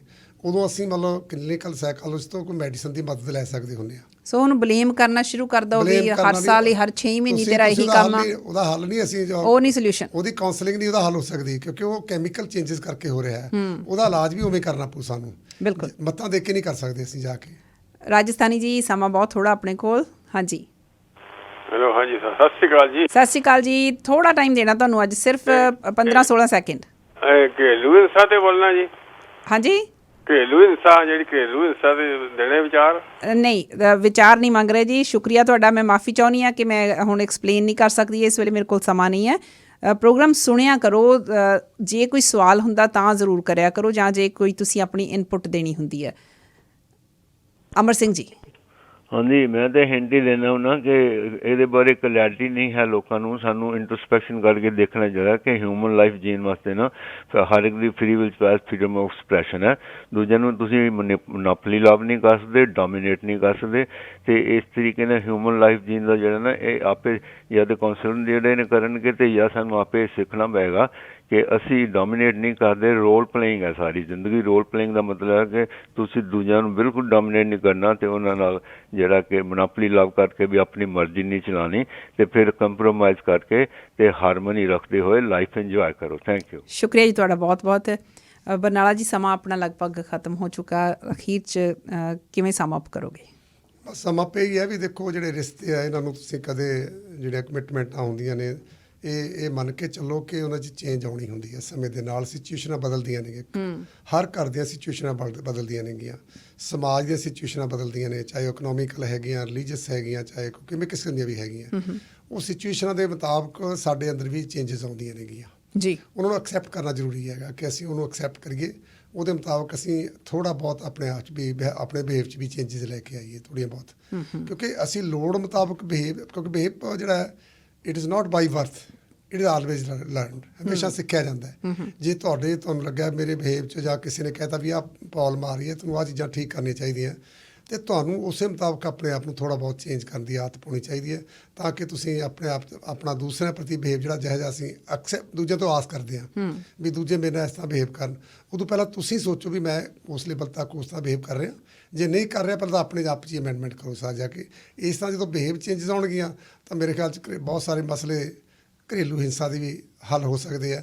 ਹਾਂ, ਜਿੱਥੇ ਦਾਜ ਦੇ ਮਸਲੇ ਆ ਗਏ ਜਾਂ ਜਿੱਥੇ ਕੋਈ ਪ੍ਰੋਪਰਟੀ ਹੈ ਵੀ ਮਤਲਬ ਆਹ ਨਹੀਂ ਦੇਣਾ ਨੂੰ ਆਹ ਦੇਣਾ, ਉਹ ਮਸਲੇ ਜਿਹੜੇ ਆ ਹੋਰ ਟਾਈਪ ਦੇ ਆ, ਉਹਨਾਂ ਨੂੰ ਅਸੀਂ ਜਿਹੜਾ ਹੈਗਾ ਹੱਲ ਕਰਨ ਦੇ ਤਰੀਕੇ ਵੀ ਫਿਰ ਉਹੋ ਜਿਹੇ ਹੋਣਗੇ ਉਹਨਾਂ ਦੇ। ਬਿਲਕੁਲ। ਬਹੁਤ ਬਹੁਤ ਸ਼ੁਕਰੀਆ ਬਰਨਾਲਾ ਜੀ ਇਸ ਗੱਲਬਾਤ ਦੇ ਲਈ। ਸੋ ਜੀ ਬਲਵਿੰਦਰ ਬਰਨਾਲਾ ਉਹਨਾਂ ਨੇ ਅੱਜ ਬਹੁਤ ਖੂਬਸੂਰਤ ਤਰੀਕੇ ਦੇ ਨਾਲ ਇਹ ਰਿਸ਼ਤਿਆਂ ਦੇ ਤਾਣੇ ਬਾਣੇ ਨੂੰ ਅੱਜ ਸਮਝਾਇਆ ਸਾਨੂੰ। ਅਤੇ ਜੇ ਕਿਤੇ ਤੁਹਾਨੂੰ ਵੀ ਲੱਗਦਾ ਕਿ ਰਿਸ਼ਤਿਆਂ ਦਾ ਤਾਣਾ ਬਾਣਾ ਉਲਝ ਰਿਹਾ ਹੈ ਤਾਂ ਦੇਖੋ ਕਿ ਉਹਦੇ ਵਿੱਚ ਕਿਸ ਤਰ੍ਹਾਂ ਉਹਨੂੰ ਠੀਕ ਕੀਤਾ ਜਾ ਸਕਦਾ ਹੈ। ਬਹੁਤ ਵਾਰੀ ਇਹ ਹੁੰਦਾ ਕਿ ਸਾਡੀ ਆਪਣੀ ਅਵੇਅਰਨੈਸ ਘੱਟ ਹੋਣ ਕਰਕੇ ਅਸੀਂ ਉਹਨੂੰ ਹੋਰ ਜ਼ਿਆਦਾ ਉਲਝਾ ਲੈਂਦੇ ਹਾਂ, ਆਪ ਵੀ ਉਲਝ ਜਾਂਦੇ ਹਾਂ। ਜ਼ਿੰਦਗੀ ਨੂੰ ਜਿਵੇਂ ਕਿਹਾ ਜਾਂਦਾ ਕਿ ਬਿਲਕੁਲ ਤੁਸੀਂ ਲੀਹੋਂ ਲਾ ਦਿੰਦੇ ਆ। ਜ਼ਿੰਦਗੀ ਲੀਹ 'ਤੇ ਰਹਿ ਸਕਦੀ ਹੈ, ਖੂਬਸੂਰਤੀ ਦੇ ਨਾਲ ਅੱਗੇ ਚੱਲਦੀ ਰਹਿ ਸਕਦੀ ਹੈ, ਪਰ ਥੋੜ੍ਹੀ ਜਿਹੀ ਆਪਣੀ ਜਾਣਕਾਰੀ ਦੇ ਵਿੱਚ ਵੀ ਹੋਰ ਵਾਧਾ ਕਰੀਏ। ਜਿੱਥੇ ਕਿਤੇ ਇਹ ਲੱਗਦਾ ਕਿ ਕੋਈ ਕਿਸੇ ਤਰ੍ਹਾਂ ਦੀ ਤੁਹਾਡਾ ਚਾਹੇ ਉਹ ਪਾਰਟਨਰ ਹੈ ਜਾਂ ਕੋਈ ਤੁਹਾਡਾ ਆਪਣਾ ਬੱਚਾ ਹੈ ਜਾਂ ਤੁਸੀਂ ਈਵਨ ਖੁਦ ਵੀ ਹੋ, ਤੁਹਾਨੂੰ ਲੱਗਦਾ ਹੈ, ਕਈ ਲੋਕ ਕਹਿੰਦੇ ਆ ਕਿ ਵੀ ਮੇਰਾ ਆਪਣਾ ਗੁੱਸਾ ਕਾਬੂ ਦੇ ਵਿੱਚ ਨਹੀਂ ਰਹਿੰਦਾ, ਮੈਨੂੰ ਪਤਾ ਨਹੀਂ ਲੱਗਦਾ ਮੈਂ ਕਦੋਂ ਆਊਟ ਆਫ ਕੰਟਰੋਲ ਹੋ ਜਾਂਦਾ। ਜਦੋਂ ਇਹ ਚੀਜ਼ਾਂ ਨਹੀਂ ਪਤਾ ਲੱਗਦੀਆਂ ਤਾਂ ਜਿਹੜੇ ਮਾਹਿਰ ਲੋਕ ਨੇ ਉਹਨਾਂ ਦੀ ਮਦਦ ਜ਼ਰੂਰ ਲਈ ਜਾਣੀ ਚਾਹੀਦੀ ਹੈ। ਜਿੱਥੇ ਡਾਕਟਰ ਦੀ ਜ਼ਰੂਰਤ ਹੈ ਡਾਕਟਰ ਕੋਲ ਜਾਓ, ਸਾਈਕੋਥੈਰੇਪਿਸਟ ਕੋਲ ਜਾਣ ਦੀ ਜ਼ਰੂਰਤ ਹੈ ਉਹਦੇ ਕੋਲ ਜਾਓ। ਜਿੱਥੇ ਕਾਉਂਸਲਿੰਗ ਦੀ ਜ਼ਰੂਰਤ ਹੈ, ਮੈਂ ਲਾਈਫ ਕੋਚਿੰਗ ਕਰਦੀ ਹਾਂ, ਮੈਂ ਅਕਸਰ ਇਹ ਵੀ ਕਹਿੰਦੀ ਹੁੰਦੀ ਕਿ ਜਿੱਥੇ ਤੁਹਾਨੂੰ ਲੱਗਦਾ ਕਿ ਕਿਸੇ ਕੋਚ ਦੀ ਜ਼ਰੂਰਤ ਹੈ ਉਹ ਵੀ ਬਿਲਕੁਲ ਕਾਉਂਸਲਰ ਵਾਂਗ ਹੀ ਤੁਹਾਡੇ ਲਈ ਕੰਮ ਕਰਦਾ। ਜਿਹਦੀ ਵੀ ਸਰਵਿਸ ਦੀ ਤੁਹਾਨੂੰ ਲੱਗਦਾ ਜ਼ਰੂਰਤ ਹੈ ਉਹ ਸਰਵਿਸ ਲਈ ਜਾਣੀ ਚਾਹੀਦੀ ਹੈ, ਬਜਾਏ ਇਸ ਦੇ ਇਹ ਕਹਿਣ ਦੀ ਕਿ ਵੀ ਮੈਨੂੰ ਨਹੀਂ ਤੈਨੂੰ ਜਾਂ ਕਿਸੇ ਹੋਰ ਨੂੰ ਕਾਉਂਸਲਿੰਗ ਦੀ ਜ਼ਰੂਰਤ ਹੈ। ਹੋ ਸਕਦਾ ਤੁਹਾਡਾ ਇੱਕ ਸੈਸ਼ਨ ਦੀ ਹੀ ਤੁਹਾਨੂੰ ਜ਼ਰੂਰਤ ਹੋਵੇ, ਹੋ ਸਕਦਾ ਉਸ ਤੋਂ ਵੱਧ ਸੈਸ਼ਨਸ ਦੀ ਜ਼ਰੂਰਤ ਹੋਵੇ, ਪਰ ਮਦਦ ਅਵੇਲੇਬਲ ਹੈ, ਮਦਦ ਜ਼ਰੂਰ ਲਈ ਜਾਣੀ ਚਾਹੀਦੀ ਹੈ। ਅੱਜ ਦੇ ਇਸ ਪ੍ਰੋਗਰਾਮ ਦੇ ਵਿੱਚ ਸ਼ਾਮਿਲ ਹੋਣ ਲਈ ਬਲਵਿੰਦਰ ਬਰਨਾਲਾ ਜੀ ਇੱਕ ਵਾਰੀ ਫਿਰ ਤੁਹਾਡਾ ਬਹੁਤ ਬਹੁਤ ਧੰਨਵਾਦ। ਤੁਹਾਡਾ ਤੋਜੇ ਤੇ ਸ਼ੇਰੇ ਪੰਜਾਬ ਜਿੱਥੇ ਮੈਨੂੰ ਦੂਸਰੀ ਵਾਰ ਆਉਣ ਦਾ ਮੌਕਾ ਲੱਗਿਆ ਸਾਲ ਬਾਅਦ, ਤੁਹਾਡਾ ਧੰਨਵਾਦ ਕਿ ਆਪਣੀ ਸਾਰੀ ਗੱਲਬਾਤ ਕੋਈ ਲੋਕਾਂ ਤੱਕ ਚੰਗੀ ਗੱਲ ਜਾਵੇ ਅਤੇ ਲੋਕ ਚੇਂਜ ਕਰਨ ਉਸ ਹਿਸਾਬ ਨਾਲ। ਚੰਗਾ ਲੱਗਿਆ ਤੁਹਾਡੇ ਕੋਲ ਆਉਣਾ। Thank you so much.